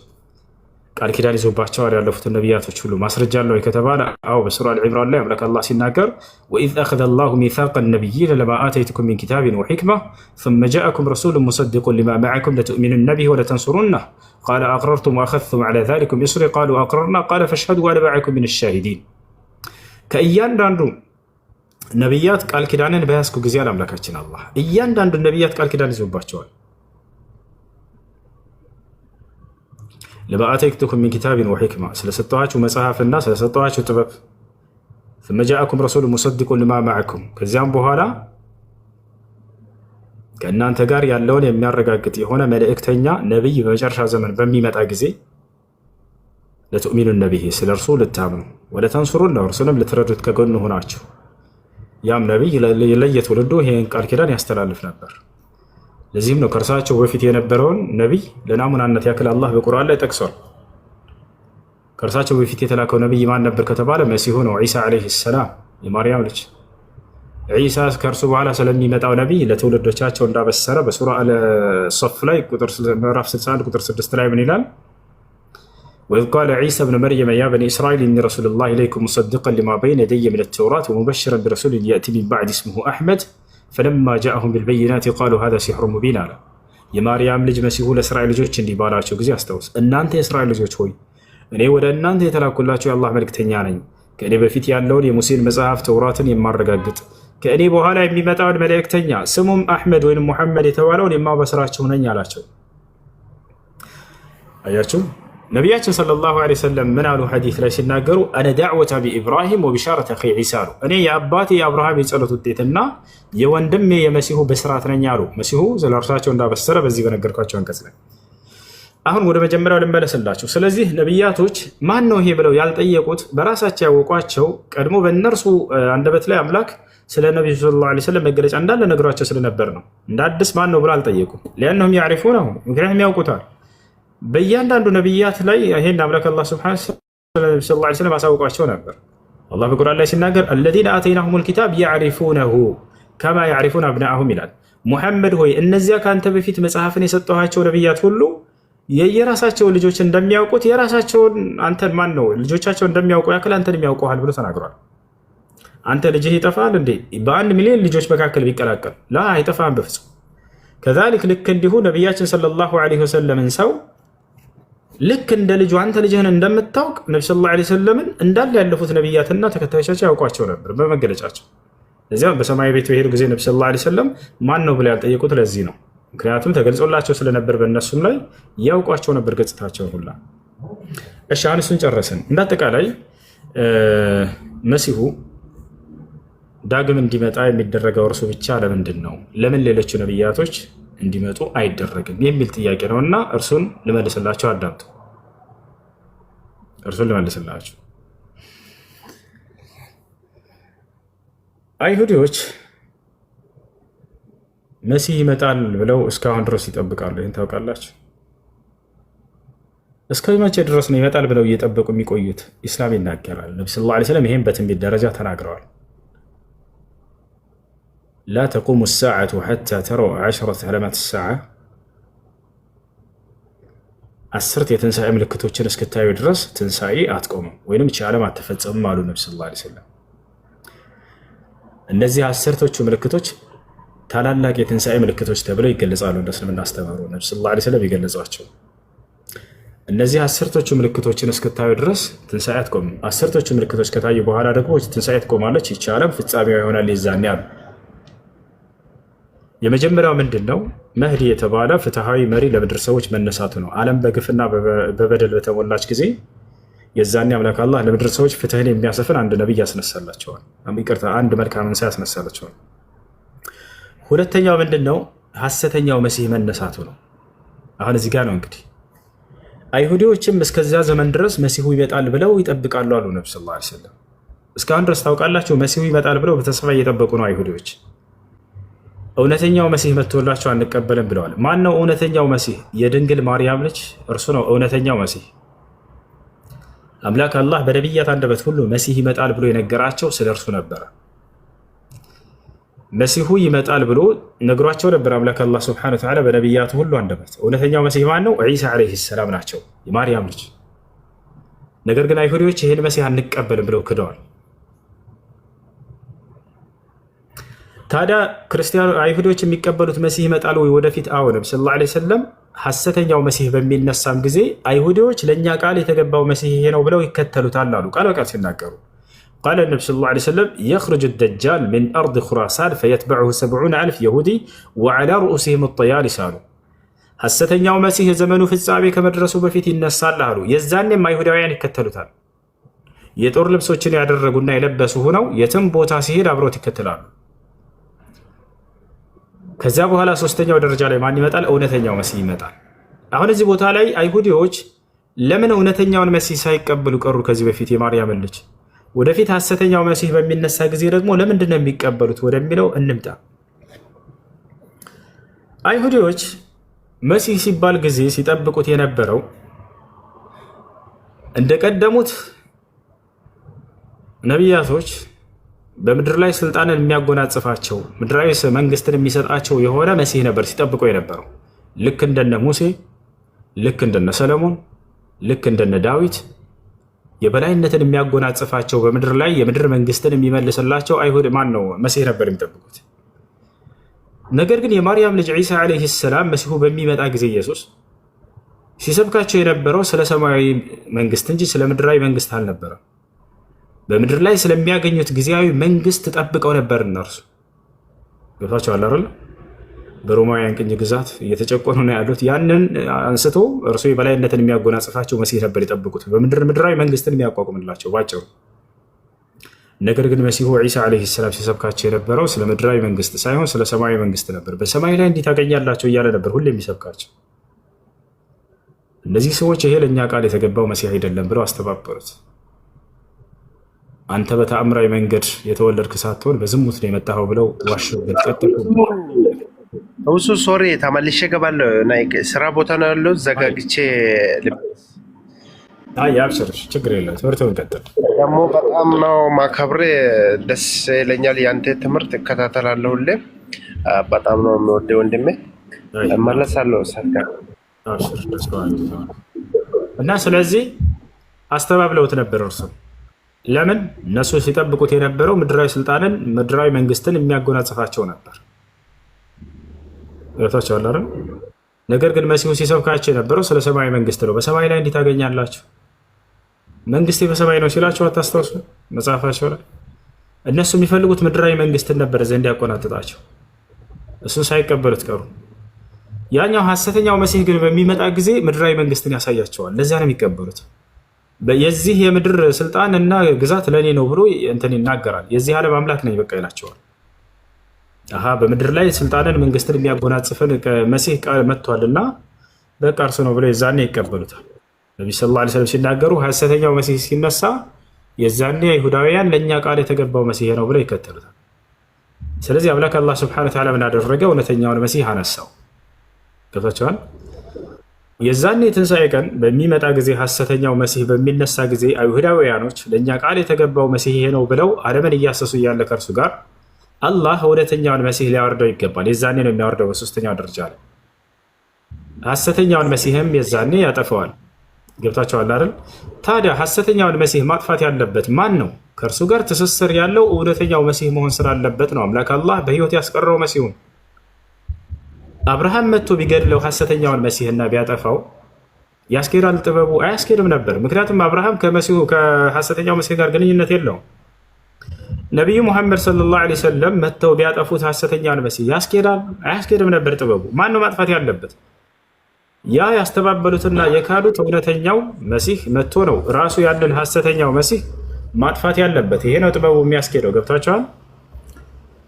ይህ ነው። ነገር ግን ቢነሳ ኑሮ ሐሰተኛው መሲህ ነቢዩ ሰለላሁ ዐለይሂ ወሰለም ማጥፋት ይችሉ ነበር ወይ? አዎ። ማስረጃ ቃል በቃል ሐዲስ ላይ ነቢ ሰለላሁ ዐለይሂ ወሰለም ሲናገሩ ምን አሉ? ቃለ ነቢዩ ሰለላሁ ዐለይሂ ወሰለም ለው ኸረጀ ወአነ በይነ አዝሁሪኩም ለከፈይቱኩም ዐንሁ አሉ። ሐሰተኛው መሲህ እንዳው እኔ በሕይወት በመካከላችሁ እያለሁኝ ቢነሳ ኑሮ እኔ በቃችሁ ነበር ለእርሱ ብለው ተናግረዋል። ነቢ ሰለላሁ ዐለይሂ ወሰለም ሁወ አቅዋ መን ኸለቀሁ ላሁ ሱብሓነሁ ወተዓላ ዐላ ወጅሂል አርድ። አላህ ሰማይና ምድርን ከፈጠረ ማን ነው? ሰውን ከፈጠረ አንስቶ እስከ ዘመኑ ፍጻሜ ድረስ ከማንም በላይ ኃይል ያለው ፍጡር የፈጠረው ነቢ ሰለላሁ ዐለይሂ ወሰለም ነው። በነገራችን በጣም ኃይለኛ ነበሩ። ነገር ግን ያንን ኃይላቸውን ሰዎች ላይ እንትን አልተጠቀሙትም። እንዳጠቃላይ ነቢ ሰለላሁ ዐለይሂ ወሰለም ቢወጣ እኔ በቃችሁ ነበር ብለው ተናገሩ። ነገር ግን ማን ነው መግደል ያለበት? ያንን ከተባለ ሐሰተኛውን መሲህ እውነተኛው መሲህ ነው ማጥፋት ያለበት። ለዚህ ነው አምላክ አላህ በሕይወት ያስቀረው እሱ። ዳግም ያ ሐሰተኛው መሲህ መጥቶ አይሁዳውያኖች ለእኛ ቃል የተገባው መሲህ መጥቶልናል ብለው ያንን ተቀብለው እየሄዱ ባሉበት ሰዓት አላህ እውነተኛውን መሲህ ያወርደዋል። እንዴት ይወርዳል? መሲሁ ዝም ብሎ በከንቱ ወረድ አይደለም። በመላእክት ታጅቦ ነው የሚወርደው አሉ ነቢ ሰለላሁ ዐለይሂ ወሰለም። ከቀኝና ከግራው መላእክቶች አጅቦት ይወርዳል። ታቸዋል። የዛኔ በመላእክት ታጅቦ ይወርዳል ዒሳ ዐለይሂ ሰላም። ከዚያ በኋላ ሐሰተኛውን መሲህ ይገድለዋል። እርሱን ሲያመልኩና ሲገዙ የነበሩ ሰዎችን ስህተት ላይ እንዳሉ ይነግራቸዋል። መስቀልንም ያጠፋል፣ ይሰብራል። እንዳለ የምድር ሰዎች ሁሉ ለአንዱ አምላክ ይገዛሉ። ሁሉንም የምድር ሰዎች ለአንዱ አምላክ እንዲገዙ ካደረገ በኋላ የዛኔ የእርሱ ፍጻሜ ይሆናል። ታቻላር ይሄ ይሆናል። ሁሉም የምድር ሰዎች ለአንዱ አምላክ ፈላ የብቃ ፊ ዘማን ይህን ልእስላም ሰለላሁ ዐለይሂ ወሰለም በእርሱ ዘመን ለአንዱ አምላክ የሚገዛ ሙስሊም እንጂ ሌላ ማንም አይኖርም ብለው ተናገሩ። እና ከዚያ በኋላ መሲሁ እንደ ማንኛውም ሰው ፍጻሜ ይሆናል ማለት ነው። ሲናገር ክፍሉ ምን ብሎ ነው? አልፋና ኦሜጋ እኔ ነኝ ብሎ የተናገረው ማን ነው የሚለው እዛ ቁጥር 8 ላይ ኢየሱስ ክርስቶስ። እሺ እንደዛ የሚል ነገር አለ ጽሁፉ ላይ። ዳርኩ አንድና እዛ ደግሞ ወደ አራት ስታነባው ኢየሱስ ክርስቶስ እንደሆነ ቁጭ አረጋ። በቃ ተረጋጋ እንዴ። ቁጥር 8 ላይ ኢየሱስ የሚል የለም። ተናጋሪ ምንድነው የሚለው? ያለውና የነበረው የሚመጣው ሁሉን የሚገዛ ጌታ አምላክ አልፋና ኦሜጋ እኔ ነኝ ይላል። አልፋና ኦሜጋ እኔ ነኝ ይላል። ማን ነው የሚለው? ሁሉን የሚገዛ ጌታ አምላክ። ሪፖርትድ ስፒች ነው። ለምሳሌ የቤቱ ባለቤት እኔ ነኝ ይላል ከተባለ የቤቱ ባለቤት የሚለው ነው ሳብጀክቱን ይዞ የመጣው። ይሄ ስሙን ሳትጠቅስ የምትጠቅስበት መንገድ ነው። እዚህ ጋር የሚናገር ያለውና የሚመጣው ሁሉን የሚገዛ ጌታ አምላክ አልፋና ኦሜጋ እኔ ነኝ ይላል። ሁሉን የሚገዛ ጌታ አምላክ። ስለዚህ ስም ስላልተጠቀሰ ይሄ ሁለቱን ተርሞች ይዘን የምንጠቀመው። ምክንያቱም ለምሳሌ የቤቱ ባለቤት እኔ ነኝ ይላል ከተባለ ማን ነው የቤቱ ባለቤት ብለህ ነው የምታየው። እዚህም ጋር ሁሉን የሚገዛ ጌታ አምላክ አልፋና ኦሜጋ እኔ ነኝ ይላል ነው ያለን ዮሐንስ። ማን ነው ስንለው ሁሉን የሚገዛ ጌታ አምላክ። ዜርፎር ሁሉን የሚገዛ ጌታ አምላክ ማን ነው ብለን የምንፈልገው ስም አልተጠቀሰም። አብም ነው አይልም እዚህ ጋር፣ ኢየሱስም የሚል ሁለቱም ስሞች የሉም እዚህ ጋር፣ ግን በዚህ መልኩ ይተጠቀሙ። ስለዚህ ምንድነው የምናደርገው? ሁሉን የሚገዛ ጌታ አምላክ ማን ነው በመጽሐፍ ቅዱስ ወይም እዚሁ በራእይ መጽሐፍ ራሱ መፈለግ እንችላለን። ማን ነው የሚለው ላይ እስቲ አንተ ኢየሱስ ሁሉን የሚገዛ ጌታ አምላክ ተብሎ የጠቀሰበት ክፍል አለ? እኔ አብ አመጣልሃለሁ። አልፋና ኦሜጋ የሚለው አራት ላይ ያለውን ሐሳብ አብዱ ከሪም አሁን አትቀያይራ ምን ሆነ አትቀያይራ ይላል የተባለው ሁሉን የሚገዛ ጌታ አምላክ አልፋና ኦሜጋ እኔ ነኝ ይላል። ለምሳሌ የዚህ ቤት ባለቤት አልፋና ኦሜጋ እኔ ነኝ ይላል ከተባለ የዚህ ቤት ባለቤት ነው ተናጋሪ። እዚህም ጋር ሁሉን የሚገዛ ጌታ አምላክ አልፋና ኦሜጋ እኔ ነኝ ይላል የተባለው። ስለዚህ ሁሉን የሚገዛ ጌታ አምላክ ማን ነው ነው ጥያቄያችን። ስለዚህ እኔ በራእይ አንድ ጥቅስ ብቻ የራሴን ላረጋግጥና አንተም ደግሞ የራስን ማረጋገጥ ትችላለህ። እኔ በጥቅስ ላረጋግጥ። ራእይ መጽሐፍ ላይ ራእይ ምዕራፍ 11 ቁጥር 17 ላይ ቁጥር 16 ላይ ካየ በዙፋኑ ላይ የተቀመጠው ለእግዚአብሔር ምን ይላሉ? 24ቱም ሽማግሌዎች እየሰገዱ ያለን አይነበር የሚገዛ እግዚአብሔር ነው እያሉ አንዱን አምላክ ሁሉን የምትገዛ ብለው አስቀምጠዋል። በተመሳሳይ ራእይ ምዕራፍ 4 ላይ ራእይ ምዕራፍ 21 ቁጥር 22 ላይ ሁሉን የሚገዛ ጌታ አምላክ ለአብ ተቀምጧል። ሉቃስ ወንጌል ምዕራፍ 1 ራሱ ጌታ አምላክ ነው። አስወርዱ እባካችሁ። ድምፅ ይገባሱ ፕሊዝ። ሚውት ማስቻላችሁ ሚውት ያዙ፣ ካልሆነ አስወርዱ። አንዴ ወረታች አስወርዱልኝ። እሺ እዚህ ጋር ሲያስቀምጥ ሁሉን የሚገዛ ጌታ አምላክ ብሎ ክሊርሊ ያስቀምጣል። ገባህ? ሁሉን የሚገዛ ጌታ አምላክ አብ እንደሆነ ራእይ 21 22 ላይ ኢቭን ሉቃስ ለኢየሱስ ራሱ የአባቱን የዳዊትን ዙፋን የሰጠው ማለት ነው ጌታ አምላክ። ስለዚህ በመጽሐፍ ቅዱስ ላይ ጌታ አምላክ ተብሎ ሁሉን የሚገዛ ጌታ አምላክ እንደዚህ ኢየሱስ ተጠቅሶ አያውቅም። አንተ የኢየሱስ ሁሉም የሚገዛ ጌታ አምላክ የሚል ካመጣህልን ችግር ነው። ራእይ 1:8 ለኢየሱስ ይሆናል። ቀላል ነገር ነው። ስለዚህ አራትን አንብበህ ለምን አታስረዳኝም? እኔ አልገባኝም አትለው። ለምን አንብበው አታስረዳኝም? እሺ ቁጥር 4 ላስረዳ። የኛን አስረዳው። አሁን ሁሉንም ሪፖርትድ ነው። ስለዚህ ሁሉንም የሚገዛ ጌታ አምላክ ስለተባለ ለአብ ብለን ያስቀመጥንበት ምክንያት ይሄ ነው። ወደ ቁጥር 4 መሄድም እንችላለን። ቁጥር 24 ላይ ምንድነው ያልገባህ ነገር? ቁጥር 4 ላይ ሰላምታን ነው እያቀረበ ያለው ዮሐንስ። ገባህ? ዮሐንስ መጀመሪያ ሰላምታን አቀረበ። ለማን? በእስያ ላሉት ለሰባቱ አብያተ ክርስቲያናት። ሰባት ትላልቅ አብያተ ክርስቲያናት አሉና ለነዛ ሰላምታን አቀረበ። ግን ሰላምታን ሲያቀርብ ጸጋና ሰላምን ነው እያቀረበ ያለው። ጸጋና ሰላም ከኔ ነው ጸጋና ሰላም ለእናንተ እንደዛ አላለም። ገባህ? የጸጋና ሰላም ምንጩን ተናገረ አይደል? እስከዚህ ድረስ ትስማማለህ? ምንጩን ተናገረ አይደል? ሶሪ ማለት አቡከሪ እንትን ካለ መጽሐፍ ቅዱስ ካለ የነበብኩ እንትን ልትለኝ ትችላለህ? አራትን ማለት ነው። እሺ ልክፈትልክ ላስረዳ። ችግር የለውም። ቀላል፣ በጣም ቀላል። ዝም ብላችሁ ነው ስትዳረቅ ነበር። በጣም የሞተ ነገር ነው። ዝም ብሎ ማንበብ ብቻ ነው የሚጠይቀው። ቀላል ነገር ነው። እሺ ያው ከፈትኩልክ። ያው ይታያል። ሙሴ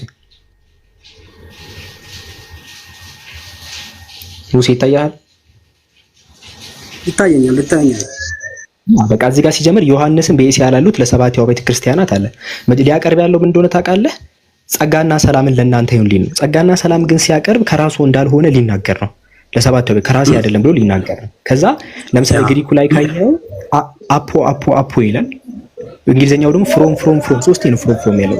አማርኛ ደግሞ ምንጭን ለማሳየት ከ እንጠቀማለን። ለምሳሌ ከአብዱል ከሪም፣ ከሁሱ፣ ከማሂር እንላ። በእንግሊዘኛው ደግሞ ፍሮም ማሂር፣ ፍሮም አብዱል ከሪም ያልክ ተጠቀምቻ። በግሪኩ ደግሞ አፖ እያልክ ተጠቅማለህ።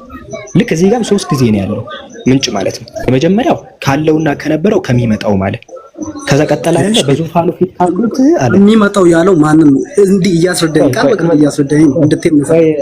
ይሄ በጣም እንትን የሚፈልግ ነው። ስለዚህ ከሚመጣው ያለው ልንዘል አይደል? አይ አንዴ ለምን አትረጋጋም? ሳይነበብ እኮ አይፈታም። መጀመሪያ ይነበብና ነው የሚፈታው። እሺ ቅድም ችግር ውስጥ የገባችሁት በዛ ነው። እዚህ ጋር አሁን እናም በመጀመሪያ ጸጋና ሰላምን ሊሰጥ ነው። ካለውና ከነበረው ከሚመጣው ማለት። ከዛ በዙፋኑ ፊት ካሉት ከሰባቱ መናፍስት። አሁን ሁለት ምንጭ ተቀምጧል። ካለውና ከነበረው ከሚመጣውም አንድ፣ ከሰባቱ መናፍስት ሁለተኛ፣ ከዛ ከታመነውም ከሙታን በኩር ከሆነ ከኢየሱስ ክርስቶስ አለ። ስለዚህ ከኢየሱስ ምንጭ ከማከባ ካለውና ከነበረው ከሚመጣውም ስም አልተጠቀሰም። የመጀመሪያው ከሰባቱ መናፍስት አለና ከዛ ከኢየሱስ ካለ ከኢየሱስ ራሱን ችሎ ተቀምጧል። ለብቻው ኢየሱስ ማለት ራሱን ችሎ ሶስተኛ ላይ ተቀምጧል። ተረዳኸኛ? 3% የተለያዩ ፐርሰኖች እኔ እየተረዳው እንዳረብሽ ነው ምን ያደረኩት ማለት ነው። እየሰማሁ ነው። ጨርስና እኔ እንድታስረዳ የኢየሱስ ራሱን ችሎ ለብቻው ተቀምጧል። ኢየሱስን መጀመሪያ ላይ ለማምጣት ብዙ ጊዜ ካለውና ከነበረው ከሚመጣው የሚል ጭንቅላታቸው ላይ ሁልጊዜም ዲፎልት የሚመጣው ኢየሱስ ነው። ክርስቲያኖች ጋር ማንበብ ያስፈልጋል። አሁን ካለውና ከነበረው ከሚመጣው ማለትና ከዛ ከሰባቱ መናፍስት ሁለተኛ፣ ከሶስተኛ ምን አለ? ከኢየሱስ ክርስቶስ አለ። ስለዚህ ከሶስቱ ነው የመጣው። ሶስተኛ ላይ ኢየሱስ ኦልሬዲ ተቀምጧል። የመጀመሪያው ታዲያ ማን ነው? ካለውና ከነበረው ከሚመጣው የተባለው ይሄኛው ማን ነው ሲባል ማን ነው? ኢየሱስ አይደለም፣ አብ ነው። አብ ይመጣል እኮ ታውቃለህ። አብም እኮ ይመጣል፣ ወደፊት ይመጣል። ያለና የነበረም የሚመጣ ነው። አብም እኮ ይመጣል። ኦርቶዶክስ ነው ወይስ ፕሮቴስታንት ነህ አንተ? ማስረጃ እንድሰጥ። በቃ ፕሮቴስታንት ከሆንክ የእናንተ የፕሮቴስታንት ምሁራንን ላቀርብልክ። ለምሳሌ የኦርቶዶክስ ብትሆን ከኦርቶዶክስ አመጣልህ ነበር። ተረዳኸኛ? ይኸው የእናንተ ምሁራን ለምሳሌ ማቲው ፖል ኮሜንተሪ አለ። ማቲው ፖል ኮሜንተሪ የእናንተ ፕሮቴስታንት ምሁር ነው። ለምሳሌ የመጀመሪያውን ሲያስቀምጥ ምን አለ? ያው the father is first named አለ። አብ ነው መጀመሪያ የተቀመጠው ይታያል። the father is first named ከዛ በኋላ ደግሞ ቀጠል አድርጎ ምን አለ? እሺ እሺ አብ ከተቀመጠ በኋላ እያለ ኢየሱስ ክርስቶስ በኋላ እንደተቀመጠም ያስቀምጣል። ሶስተኛ ያስቀምጠው ማን ነው? ይኸው ሶስት ቁጥር ያስቀምጠና ሰርድ አለና ዘ ክራይስት አለ ኢየሱስ አለ። ስለዚህ መጀመሪያ የተቀመጠው አብ ነው። ይታያል፣ አብ ነው የተቀመጠው። ኦርቶዶክስም ከሆንክ የኦርቶዶክስን ማቅረብ ይችላል ከፈለክ። ሁለታችሁን ደርቤ ማለት ይሄ የኛ ፍልስፍና ሳይሆን በጣም ቀላል ነገር ነው። እሺ ለማማር ስለሆነ የሚመጣ ካለ የመጀመሪያው አብም ወልድም እኮ ይመጣሉ። ለዛ ነው አሁን የኢየሱስን መምጣት እኮ አያስቆመውም። ካለውና ከነበረው ከሚመጣውም ሲብል አብም ይመጣል ወልድም ነው የሚመጡት። ተረዳኸኝ አይደል? ሁለተኛ ኢየሱስም እኮ ይመጣል። ግን እናንተ የምትጠቀሙት ምንድነው ችግራችሁ? ካለውና ከነበረው ከሚመጣው የሚል ቃል ከሰማችሁ በቃ ጭንቅላታችሁ ላይ ሮጠው የሚመጣው ኢየሱስ ነው። እሱ ነው ችግሩ። ኢየሱስ እንደሆነ እኮ ሊያሳይ ነው። ምክንያቱም ማቴዎስ ወንጌል ላይ 25 ላይ ኢየሱስ አይመጣም አላልኩም። ሙሴ አሁንም አልተረዳኝም። ኢየሱስ አይመጣም ያለህ የለም እንዴ? አንድ ብቻ ነው የሚመጣው ያለህ ማን ነው እንዴ? ለምሳሌ አብዱል ከሪም ይመጣል ከተባለ ግዴታ ሙሴ መምጣት የለበትም? ሙሴም አብዱል ከሪም ይሄ ኢዘሮር ፋላሲ ይባላል። በሎጂካውን ፋላሲ ይሰራ ነው። ለምሳሌ የሆነ ነገር ከለር ነጭ ካልሆነ ሁሌም ጥቁር ነው የሚሆነው። አረንጓዴ መሆን አይችልም እንዴ? ተው እንጂ አንተ አሁን እያልክ ያለው የሚመጣው ወልድ ብቻ ከሆነ ነው የሚመጣ የሚለው ቃል በመጣ ቁጥር ወልድ ነው የምትል የሚችለው። ግን አብም ይመጣል ነው ገባ? ወልድ አይመጣም ያለህ የለም። ኢየሱስ ይመጣል፣ አብም ግን ይመጣል። እሺ አብ የሚመጣበትን አሁን እኮ ማስረጃ ሰጠው። የራስ ምሁራኖች በቃ ተማር፣ ትምህርት ቤት ሄድና ተማር ወገኔ። ያንተን እኮ ይኸው የራስ ምሁራኖች አቀረብኩልህ። ኢየሱስ እንዴ ምን ሆናል? አሁን እኔ ልጠይቅህ። እኔ እኮ ከመጽሐፍ ቅዱስ አብ ይመጣል በመጨረሻው አብ ይመጣል የምለውን ካሳየኸኝ። እሺ አብ እንደሚመጣ ላሳይህ? እሺ ላሳይክሽ አብ እንደሚመጣ። የአሁኑ ማን ነው? እሺ ታዲያ ከኢየሱስ ሶስተኛ ላይ ከተጠቀሰ ኧረ ይሄ ሰውዬ ምን አይነት ሰው ነው? 3% እኮ አይደለም የጠቀሰው፣ እያወራ ያለው ስለ 2%። በዚህ 3% አይደለም የተጠቀሰው። እሺ አሁን ደግሞ እያወራ ያለው ስለ 2 ነው። አይተን አንተ አንደርስታንዲንግ አንዴ አሁን አንተ ነው የምታወራው። እሺ በጭቅጭቅ አይደለም፣ እውቀት ነው የሚያስፈልገው። እኔ ጥቅስ ጠቅሼ ያስቀምጫለሁ። አንተ ደግሞ እስቲ እየዘረዘርክ ማን ናቸው እዚህ የተባሉት የሚለውን ነገር አንተ ደግሞ ታወራለህ። ይሄው ጠቅስ ጋር ይዞ ማውራት ቀላል ነው። ቀጥል። ይሄው ስለዚህ እያወራ ያለው ስለ ኢየሱስ ክርስቶስና ስለ ሰባቱ መናፍስት ነው አይደል? እያነበብክ ስንት ከነ ያለው? ስንት ምንጭ ነው ያለው? 3 ምንጭ ነው ያለው ወይስ አንድ ምንጭ ነው የተወራ ያለው?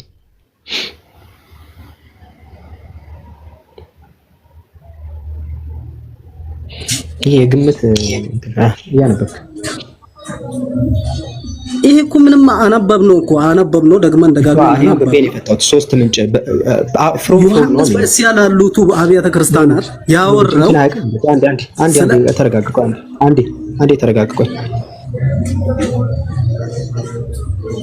ይኸው እንግሊዘኛውን አረኩልኝ። ምናልባት አማርኛ ግራ ከገባ ይኸው እዚህ ላይ ስንት ፍሮም ነው ያለው ይታያል። ፍሮም ሂም ፍሮም አንድ ይታያል። 2 ፍሮም ከዛ ስንት ነው? ይኸው 3 ይታያል። ያው አንድ ፍሮም አለ 5 ላይ ይታያል። 4 እና 5 ላይ ነው የልጅ 4 እና 5 ላይ ነው 3 ፍሮም። አንዴ ተረጋጋ። የአማርኛውም ላይ 4 እና 5 ደርቦ ነው ያስቀምጠው። እሺ አለመማር አሁን እኔ በጣም ባህሪ ሊቀየር ነው። እሺ አትሯሯጥ። ማንም ያጭበረብር የለም። እኔ ሊቃውንትን ጠቅሼ ያንተን ምሁራኖች ጠቅሼ ነው ያሳየው። ቅድም ከራሴ አይደለም የመጣሁት። እሺ እኔ ምሁራን ሳይሆን ስማኝ አንዴ ተረጋጋ። አንዴ ያማል ተረጋጋ። አንዴ እንዴ አሁን እኮ ቁጥር 5 ለምን ትሄዳለህ ስትለኝ እያስረዳው ነው። ይሄን ራሱ አማርኛው ራሱ 4 እና 5 ደባልቆ ነው ያስቀምጣቸው። እንግሊዝኛው ደግሞ ነጥሎ አስቀምጣቸው እንጂ ቁጥር 4 እና 5 አንድ ላይ ነው ያሉት። ምንም አለማንበብ በዚህ ነው የሚታየው። አሁን ወደ እንግሊዝኛው ልመልስክ። 4 እና 5 ነው አያይዞ ያስቀምጠው። አሁን ወደ እንግሊዝኛው ስንመለስ ታያሃል። ስንት ፍሮም ነው ያለው? ቁጥር እስቲ ቁጥር አቃላ ቁጥር እስቲ አንድ ሙሴ ቁጥር ታቃላ እያልኩ ያለው ስለ ፍሮምነት ሳይሆን ስለ ሳይሆን የሚመጣውና ያለው የሚለው ሄደ ከፈለክ ማቴዎስ ወንጌል 25:31 ላይ ቁጭ አድርጎ አስቀምጦታል። ማን እንደሚመጣ አንዴ ይቅርታ ይሄን አንብብልኝ። መጀመሪያ ጥቅሱን ስታነብ ነው የሚገባ። አንብበው ሲጠቅሱ ምን ይላል? ጸጋና ሰላም ከማን የመጣው? ፍሮም ከስንት ፍሮም ነው የመጣው? 2% ነው አልክ አይደል? አንተ ሲያንቀዠቅዥህ 2% ነው አልክ። አሁን 3 እንደሆነ እዚህ ላይ ቆጥረታ ያለ ከማ ፍሮም ካለና ከነበረው ከሚመጣው ማለት ፍሮም ጂሰስ አለ። ከዛ ፍሮም 7 ካለና ከነበረው ከሚመጣውም 1 ከዛ ፍሮም ደ 7 ስፒሪት ከሰባቱ መናፍስት 2 ፍሮም ጂሰስ ክራይስት 3 ነው ስል አንተ የትምህርት ቤት እንደተናገርክ ጋይስ የገባን ጥያቄ እኮ አንተን አለመረዳት ፈለክ እንትን አልክ እንጂ የገባን ጥያቄ ሁላችሁም ጥያቄ ፈጠርባችሁ። በቃ አሁን የለም እውቀት ማጣት ወደ ቀጥ ተናግሯል። አምላክነቱንም አሳይቷል። ያንንም ላሳይ ከፈለክ አንተ ምን ላይ ነው? እሱ አንድ ጥቀስ፣ ችግር የለም ምንም የለ። ይኸውልህ አንድ ብቻ ጥቀስና ከዛ እያንዳንዱን እንሂድ። አሁን ጌታ ወደሚለው ነው የሚለው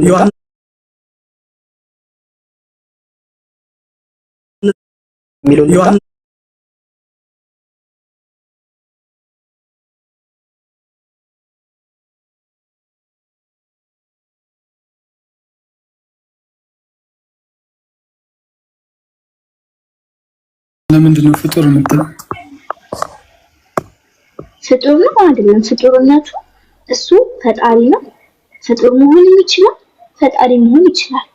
እሱ ፈጣሪ እስከሆነ ድረስ ምን የማድረግ ኃይል ስላለው ወደ ምድር ሲወርድ የሰው ስጋ ለብሶ ልንመጣ እንጂ ነው ፍጡር አይደለም። ፍጡር ነው አይደለም? ኢየሱስ ክርስቶስ አይደለም፣ ፍጡር አይደለም፣ ፈጣሪ ነው። መጽሐፍ ግን ፍጡር የመሆን አቅም አለው። እና አቅሙን አይደለም የጠየቁሽ። መጽሐፍ ቅዱስ ግን ኢየሱስ ክርስቶስ ፍጡር ነው ይላል። አምላክ የፈጠረው ፍጡር ነው ይላል።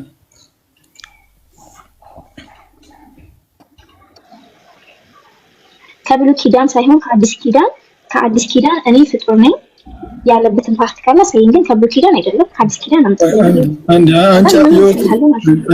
የኦርቶዶክስ ቤተክርስቲያንን ዶግማ አንቺ አይደለሽም የምትመርጭላት። ቤዛዊ ተረጋጊ። ኢሳይያስ ላይ የተነገረውን ትንቢቶች ኦርቶዶክስ ቤተክርስቲያን ለኢየሱስ ክርስቶስ የተነገረ ትንቢት ነው ብላ ከተቀበለችው ትቀበያለሽ። አይ እሱ ኦርቶዶክስ ያስቀመጠችውን ነገር እኔ አልቀበልም ካልሽ ደግሞ መብትሽ ነው። በቃ አንቺ ኦርቶዶክስ አይደለሽም፣ እናቋርጣለን ካንቺ ጋር ማለት ነው። ተግባባን? እና እኔ ኦርቶዶክስ ነኝ እቀበላለሁ የሚሰመጡት ኢሳይያስ ኢሳይያስ ስለ ኢየሱስ ክርስቶስ ትንቢት ተናግረው አልተናገረም እኮ ሸምጣልኝ ከብሉይ ኪዳን ሳይሆን ከአዲስ ኪዳን እንደዚህ የተባለበት ኦርቶዶክስ ትቀበለዋለች። ምን እናድርገው? ኦርቶዶክስ ትቀበለዋለች። እኛ ብሉይ ኪዳን አንቀበልም ነው። እኛ ብሉይ ኪዳን አንቀበልም። የምንቀበለው አዲስ ኪዳን ነው አይደል? ሶ ከአዲስ ኪዳን ላይ እኔ ብሉይ ኪዳን ተቀበል። ቆይ ኢሳይያስ ለኢየሱስ ክርስቶስ አንዴ አቤል መሀል ላይ አትግባ። አንዴ ጣልቃ አይገባም። እሺ ብሉይ ኪዳን ኦርቶዶክስ ቤተክርስቲያን አትቀበልም እያልሽ ነው? ጭራሽ አንቀበልም ማለትም ሳይሆን ከዛ የመጣ ህግጋት ሊኖር ይችላል። አሁን ላይ የምንጠቀመው አንድ ላይ ቸኮል እያልኩሽ ያለሁት ጥያቄ መጀመሪያ ስሚ እያልኩሽ ያለሁት ኢሳይያስ ላይ የተጻፈን ኦርቶዶክስ ቤተክርስቲያን ይሄ ለኢየሱስ ክርስቶስ ነው ብላ የተቀበለችውን ትቀበያለሽ አትቀበይም ነው? አጭር መልስ እኮ እቀበላለሁ። በቃ እቀበላለሁ ከሆነ መጀመሪያ እቀበላለሁ ከሆነ እዛ ላይ ቁሚያ። አሁን ትንቢተ ኢሳይያስ ምዕራፍ 49 ቁጥር 5 ላይ አሁንም በእግዚአብሔር ዓይን ከብር ያለሁኝ አምላኬም ጉልበት ሆኖኛል፣ ያዕቆብንም ወደ እርሱ እንድመልስ እስራኤልን ወደ እርሱ እንድሰበስብ ባሪያ ሆኖ ዘንድ በማህፀን ፈጠረኝ ይላል። ይህን ትቀበያለሽ አትቀበይም? ጨርስልኝ እንደሆነ ጨርሳ ያው አለቀ። ያው በማህመስ እየሰራኝ እግዚአብሔር እንደዚህ ይላል ብሎ ይቀጥላል። እዚህ ጋር አምላኬ ጉልበት ሆኖኛል የሚለው ማን ነው?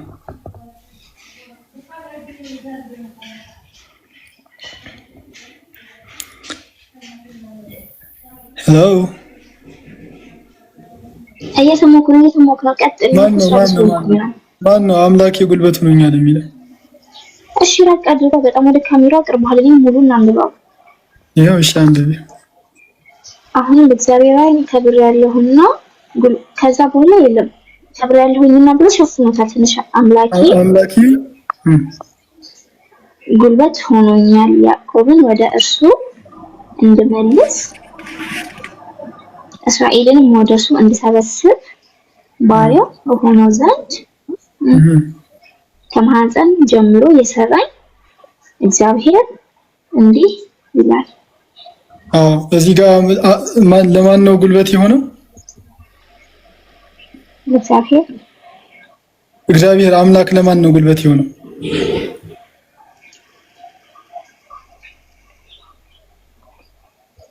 እኔ ራሱ ዝከር አልገባኝም። በዲሽን በብልኛል ተለራሱ በደንብ ልንገርሽና በደንብ ስሚ። እዚህ ጋር ያወራለው ሰራኝ የሚለው ፈጠረኒ ነው የሚለው። ያው እኮኖ ገብሮ ዘፈጠረኒ በውስጥ ተከሰውም ይነ ባሪያ ሆን ዘንድ በማህፀን ጀምሮ አምላኬ ፈጠረኝ ይላል። አምላኬ ፈጠረኝ። ምን ሊያደርግ ነው የፈጠረው? አምላኩ ባሪያ እንዲሆን ያዕቆብን እንዲሰበስብ እስራኤልንም አንድ እንዲያደርግ አምላኩ ፈጠረው። ይሄንን መጽሐፍ ይሄንን ጥቅስ ኦርቶዶክስ ቤተክርስቲያን አንድምታው ምን ብሎ እንደሚፈታው ታውቂያለሽ? ቤዚ እስኪ ንገረኝ። እሺ ለዋቃዋ እሺ በደንብ ታውቂ ዘንድ ላውጣልሽ እነሆ ይላል። አንድምታው ምን ብሎ ፈታ መሰለሽ? ሃይማኖተ አበው ዘቄርሎስ ምዕራፍ 76 ላይ ዋዲ በመድህን በአፈ ዝንቱ ነብይ ኢሳያስ በኢሳያስ አፍ እንደተናገረው አምላኬ በማህፀን ፈጠረኝ አለ ይላል። ይሄኛውን ጥቅስ ጠቅሶ የዚህኛው የሊቃውንቶች የቤተክርስቲያን ሊቃውንቶች ይሄ ለኢየሱስ ክርስቶስ እንደሆነና እንደተፈጠረ ይናገራል። ትቀበያለሽ?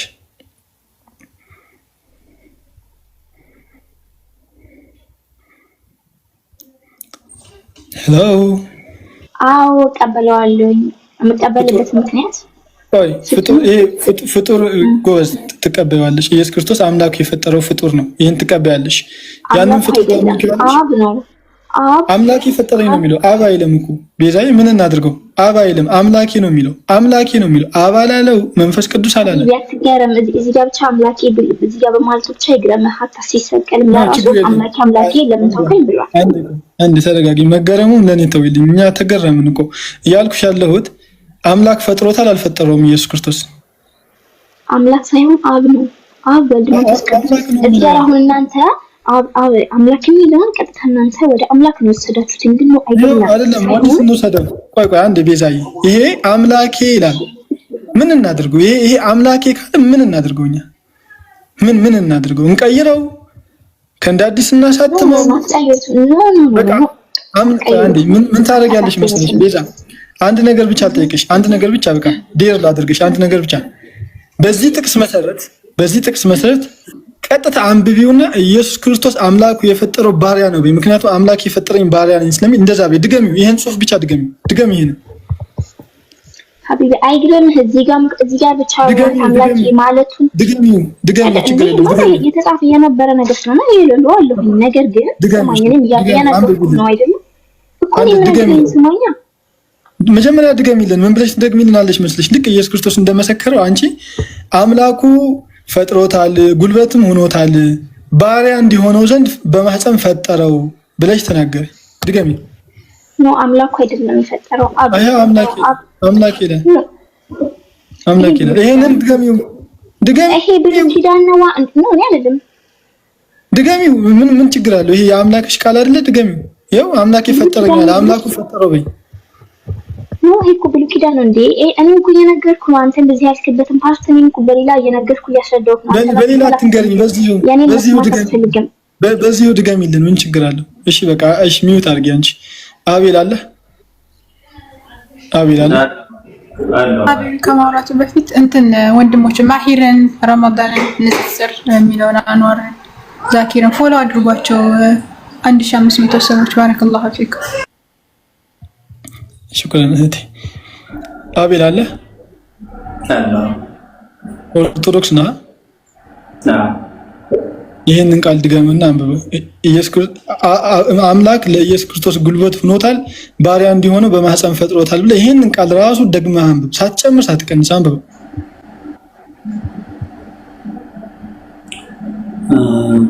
በእግዚአብሔር ዓይን ከሚለው ጀምሬ ነው። በእግዚአብሔር ዓይን ከብር ያለ እሺ ልፈር ነው ጉልበት ሆኖኛልና ቆይ ዘለልከው። ይሄ ማን ጉልበት ሆኖኛል? አምላኬ ጉልበት ሆኖኛልና ጠጋለው ሲል ያዕቆብንም ወደ እርሱ እንድመልስ አለ።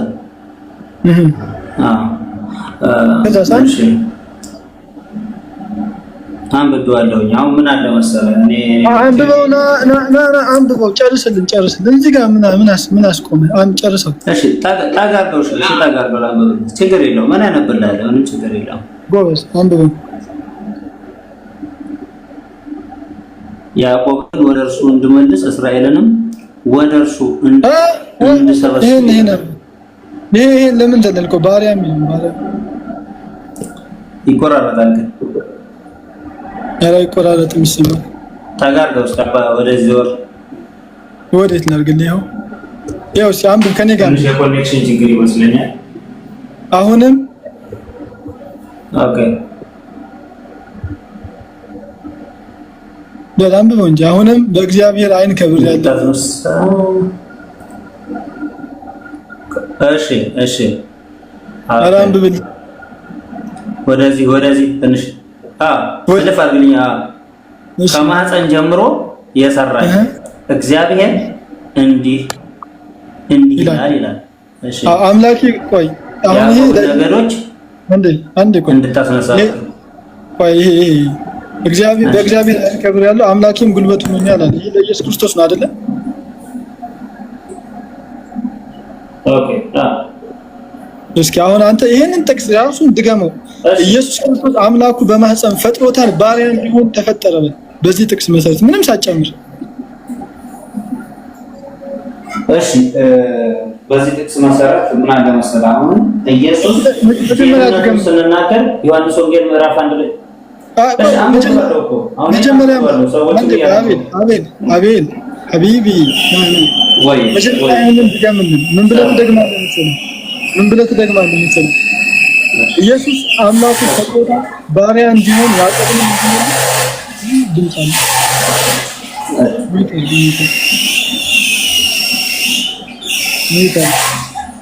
ሚዩት አድርጉት ሞዴሬተሮች።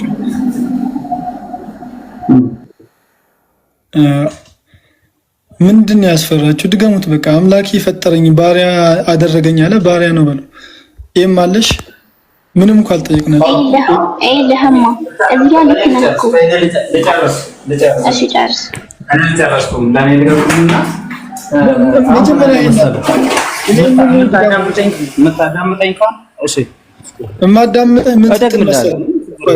የማዳምጥህ በደንብ ስማኝ። ሻቤ ላይ የማዳምጥህ አንተ መጀመሪያ ኢየሱስ የተናገረውን መስክርለት። ምን ብለህ ትመሰክራለህ መሰለህ? አምላኩ በማህፀን ፈጥሮታል ባሪያ እንዲሆነው ፈጠረው። አምላኩ ፈጠረው ባሪያ እንዲሆን ብለህ መስክር። በቃ ይሄ የተጻፈውን አንብብ፣ ድገምለት መጀመሪያ። ባሪያ እንዲሆን አይደለም። ምን አለ መሰለህ? እኔ መጀመሪያ አዳምጥ። ይኸው ባሪያ ሆነው ዘንድ ይላል። ባሪያ ሆነው ዘንድ ይላል። በማህፀን ፈጠረኝ አለ። ባሪያ እንዲሆን በማህፀን አምላክ ፈጠረው ብለህ ድገመው ይህን ቃል። ባሪያ እንዲሆን ብዬ አልመሰክርም። ምክንያቱም ክርስቶስ ይሁን ለማ አላወቀው መጀመሪያ ቄርሎስ ተናገረ። ቄርሎስ ለክርስቶስ ቄርሎስ እሺ አንድ ነገር እኔን አዳምጠኝ። እሺ ለኔ ምንድን ድገመው መጀመሪያ። ይሄ እሺ ኢየሱስ የሚል ስም የለውም እኮ እዚህ ጋር ማስረጃ የምትሰጠኝ አሁን ይሄ ለክርስቶስ መሆኑን ማስረጃ ያስፈልጋል። መጀመሪያ ይሄ ለኢየሱስ ነው ለኢየሱስ ነው ብለህ ነበር። ማስረጃ ፈልጋለሁ ለኢየሱስ መሆኑን ማለት ነው። እሺ እኔን አዳምጠኝ። እኔ ሌላ ማስረጃ እኔ ልስጥ። ራዕይ ዮሐንስ ላይ አንዴ ቆይ ተረጋጋ። እዚህ ጋር ነው የምንቀጥለው።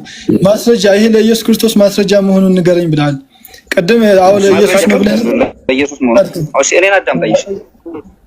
ቆይ ለኢየሱስ ክርስቶስ መሆኑን ልንገርህ፣ ከዛ በኋላ ትደግማለህ፣ ለኢየሱስ ትመሰክርለታለህ።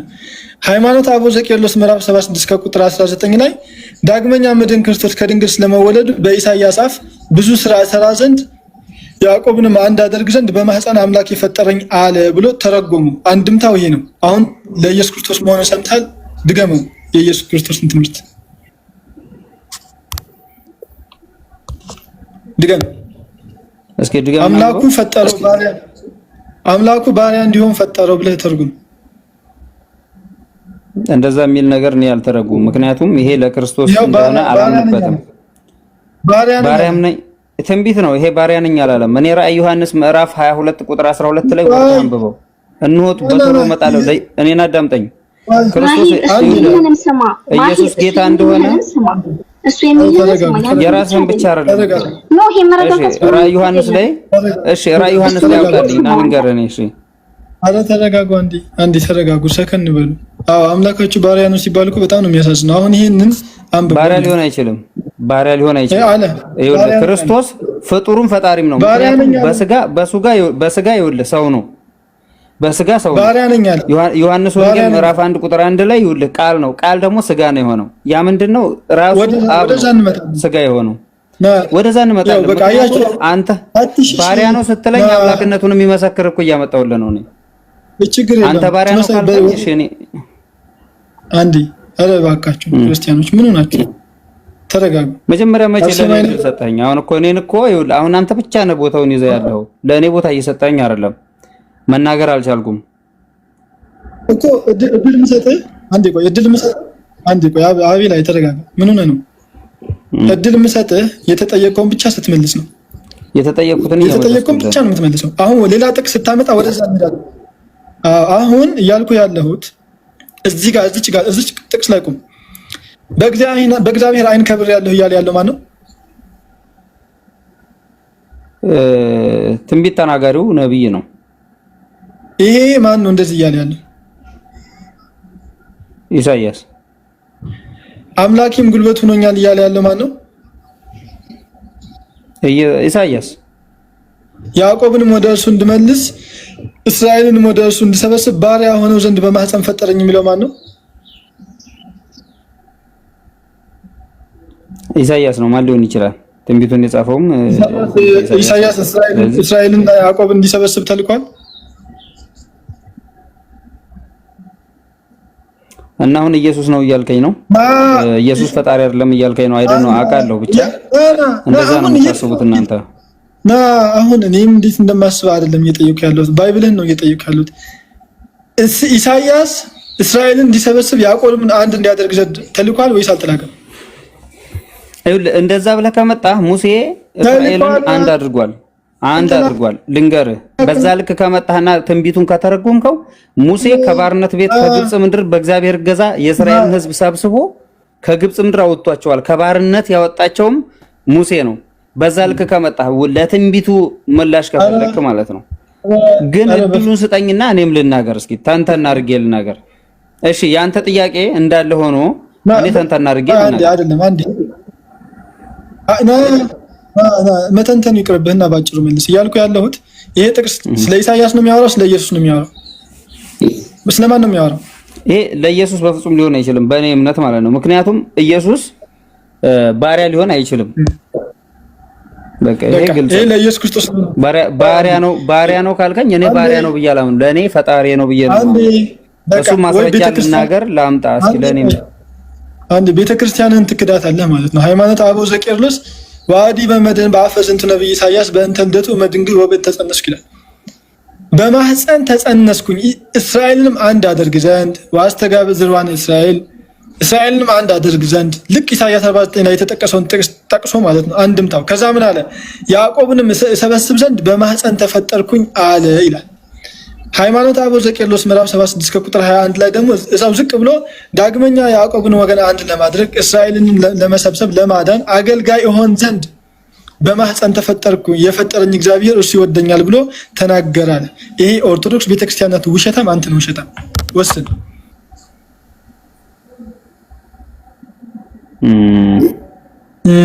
አይ ዶንት ኖ በዚህ ዘመን ይኸውልህ አሁን ብዙ መጽሐፍቶች ይወጣሉ። እኔ አሁን ይሄን የጻፈች ኦርቶዶክስ ቤተክርስቲያን ትክክል ናት ወይስ አንተ ትክክል?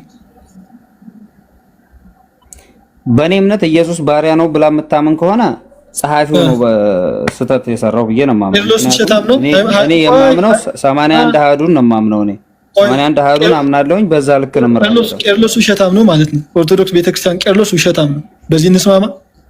እኔ ቄርሎስ የሚባል አላውቅም፣ ይቅርታ። እኔም ኦርቶዶክስ ሃይማኖት አበው መጽሐፍ ውሸት ነው። ሃይማኖት አበው ውሸት ነው።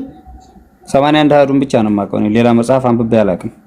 ኦርቶዶክስ ነኝ ቄርሎስን አላውቅም ማለት ያው አይ አንብቤ የማውቀው ነው። እኔ 81 አሃዱ ውስጥ ያለ ነገር ማስረጃ ከሆነ የምትሰጠኝ ከዛ ውስጥ አቀበል። ሃይማኖት አበው ውስጥ ትቀበላለህ? ከ81 አሃዱ ውስጥ ብቻ ስጠኝ ማስረጃ። ሌላውን ትተዋል? አትቀበለውም? አልቀበልማ። ቴንኪ በቃ ይሄን የኦርቶዶክስ ሌላ መጽሐፍ ስለካድክ ሃይማኖት አበውን የሚያክል መጽሐፍ ስለካድክ ለምን መሰለህ ራዕይ ዮሐንስ ምዕራፍ 22 መጨረሻው ላይ ምን ይላል መሰለህ? ይሄንን መጽሐፍ ሳወርድላችሁ እንዳይጨመርበትም እንዳይቀነስበትም መጽሐፍ ቅዱስ ላይ ራዕይ ዮሐንስ ላይ ገብተህ ማየት ትችላለህ። በቃ ስለዚህ በቃ ጨረስን እኮ ተስማማን። ሐቢቢ ማሰላማ። ኦርቶዶክስ ቤተክርስቲያን ዋሽታለች። ቄርሎስ ውሸታም ነው። አባ ጊዮርጊስ ዘጋስጫ ውሸታም ነው። መጦሊጎን ውሸታም ነው ብለህናል። ሃይማኖት አበው እንዳለ መጽሐፍ ውሸታም ነው። አልቀበልም ብለሃል። እናመሰግናለን። አልቀበልም 81 አሐዱ ውስጥ ያለ ማስረጃ ከሆነ ኢትስ ኦኬ እቀበልሃለሁ። ሌላ መጽሐፍት ላይ አንብቤ አላቅም ነው በቃ አለቀ። ያላነበብኩትን አውቃለሁ ብያለሁ። በማውቀው ላይ ነው ደረጃዬን ይዤ የምከራከረው። እናመሰግናለን። እሺ ይሄ ስለማን ነው የሚያወራው? ወይና እሺ ልጨርስልሽ። እሺ አንተ ጠይቀኝ፣ እኔ መመለስ አልቻልኩም እኮ አሁን እኮ እኔ ይኸውልህ መናገር እንዳልችል አንተ ደግመህ ጥያቄ ነው የምታመጣው። እሺ በየቱ ጋር ልመልስ? ይሄ ስለማን ነው የሚያወራው? ይሄ ስለማን ነው የሚያወራው? ፈጠረን እግዚእ መቅድመ ተግባሩ የሚለው ስለማን ነው የሚያወራው? ምን መጽሐፍ ፈጠረኒ መቅድመ ይሳር ዓለም ወዘእንበለ ይግበረ ምድረ የሚለው ስለማን ነው? ምን መጽሐፍ ላይ ነው? ምን ላይ ነው ያለው? እኔ ግዕዝኛ አላውቅም። መጽሐፈ ምሳሌ ምዕራፍ 8 ቁጥር 22 መጽሐፈ ምሳሌ ምዕራፍ 8 ቁጥር 22 ከቀድሞ ስራው አስቀድሞ አምላክ ተፈጠረኝ ይላል። ስለማን ነው የሚያወራው? ታጋርገው እስኪ ስለማን ነው የሚያወራው? ያው ተራሮች ገና ሳይመሰረቱ ከኮረብታች በፊት የተወለድኩ ምድሪትን ሜዳዋን ሳይፈጠሩ የመጀመሪያ የዓለም አፈር ሰማይ ሳይዘረጋ እኔ ተፈጠርኩኝ አለ። አምላክ ይፈጠረኛል። ስለማን ነው የሚያወራው? ኦኬ መጽሐፍ አላስነበብኩኝም። አንተ እያነበብከው ነው እያነበብኩ ነው። ያው መጽሐፈ ምሳሌ ምዕራፍ 8 ቁጥር 22 እግዚእ ወለደኒ ቀደመ ኩሉ ተግባሩ ከቀድሞ ስራው አስቀድሞ ጌታዬ ወለደኝ ወይ ፈጠረኝ ይላል። ይሄ ፈጠረኝ ነው የሚለው ወለደኝ የሚለው አሁን ሁሉ እግዚእ ፈጠረኒ መቅድመ ተግባሩ ይላል። ይሄ ስለማን ነው የሚያወራው? ወደኔ ቀዳሚ ሁሉ ኦኬ መፈጠርን ስለማን ነው? ኦኬ ችግር የለም። አሁን ለዚህ ስለመፈጠሩ ከሆነ መልካም ኦኬ ችግር የለም።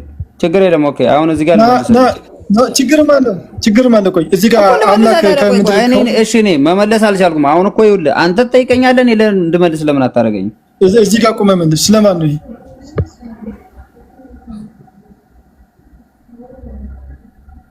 እሺ ሁሉ ከሚለው በኋላ እስኪ ልየው።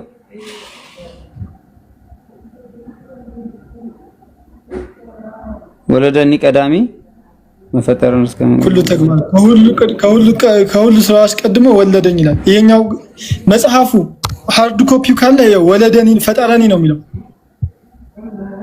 ኦኬ አምላክ ማን ነው? አምላክ የፈጠረው ማን ነው? መጀመሪያ ይሄ ስለማን ነው? መጀመሪያ የፈጠረው አዳም ነው። ወዴት ትሄዳለህ? ስለ መጀመሪያ ፍጥረት ታወራለህ ማለት ነው። እግዚእ ወለደኒ ቀዳሚ አንዴ ቆይ እግዚእ ወለደኒ ቀዳሚ ሁሉ ተግባሩ ይላል። ከፍጥረት አስቀድሞ ከፍጥረታት በፊት ፈጠረኝ አምላክ ይላል። ማን ነው ይሄን የሚያወራው?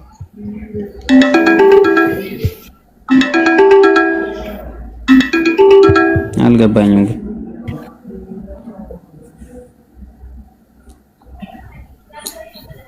ስለማን ነው? ማስረጃ አንዴ ጠብቀኝ እያየሁ ነው። ሌላ ካልዲጎ ማስረጃ አልሰጠ ነው። አንብልኝ መጀመሪያ አሁን ይሄ ለኢየሱስ ነው ካልከኝ ኢትስ ኦኬ።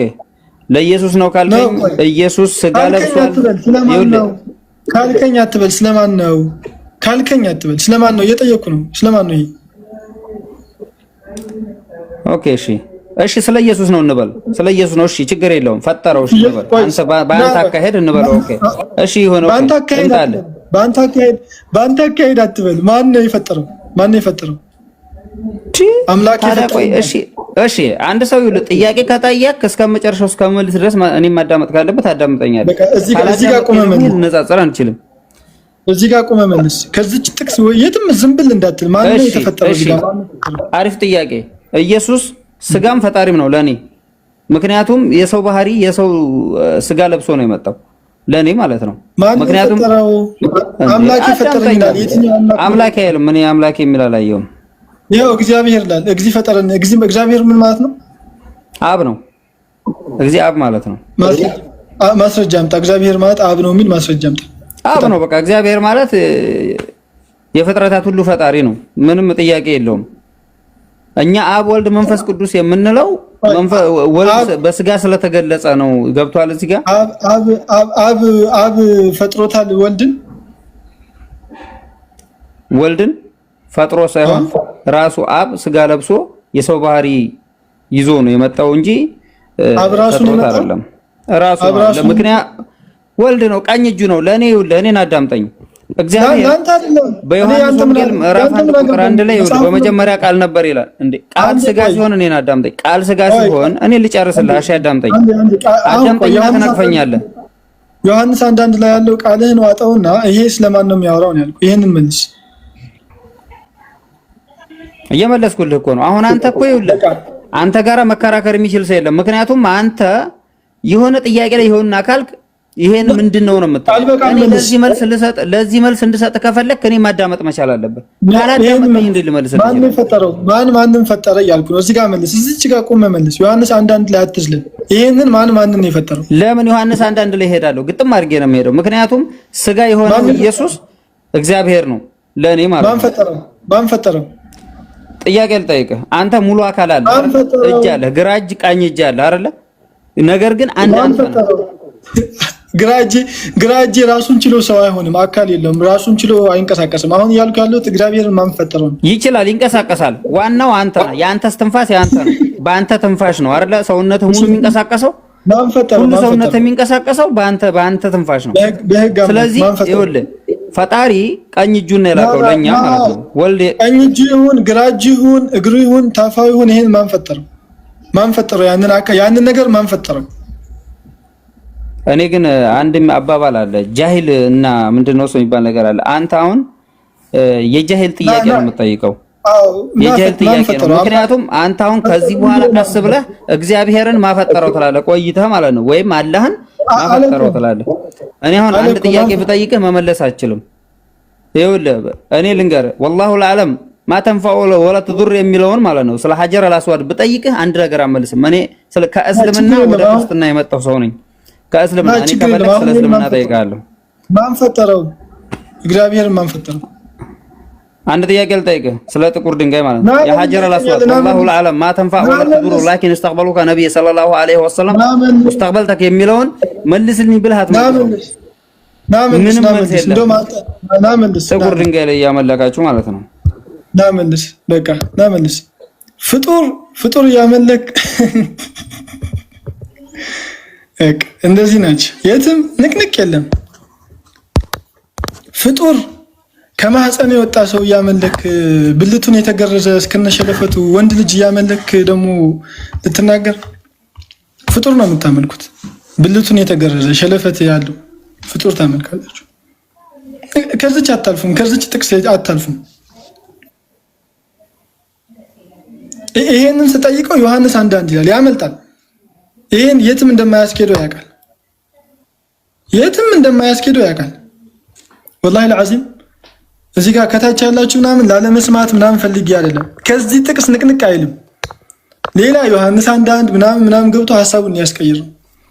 ፍጡር ታመልካለህ፣ ፍጡር ታመልካለህ፣ የተገረዘ ፍጡር ታመልካለህ። ይሄ ነው እንትን ያለው። ዛህሩ ካለሽ ቀጥኒ እንትን ልበልሽ።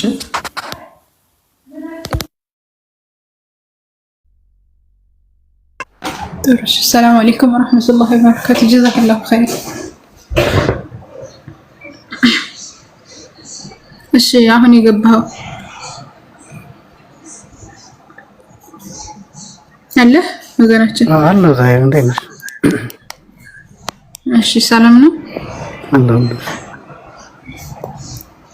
እሺ ጥያቄ አለ ወይስ እንጠይቅ ወይስ ልመልስ ነው? አሁን ጠይቂኝ እስኪ።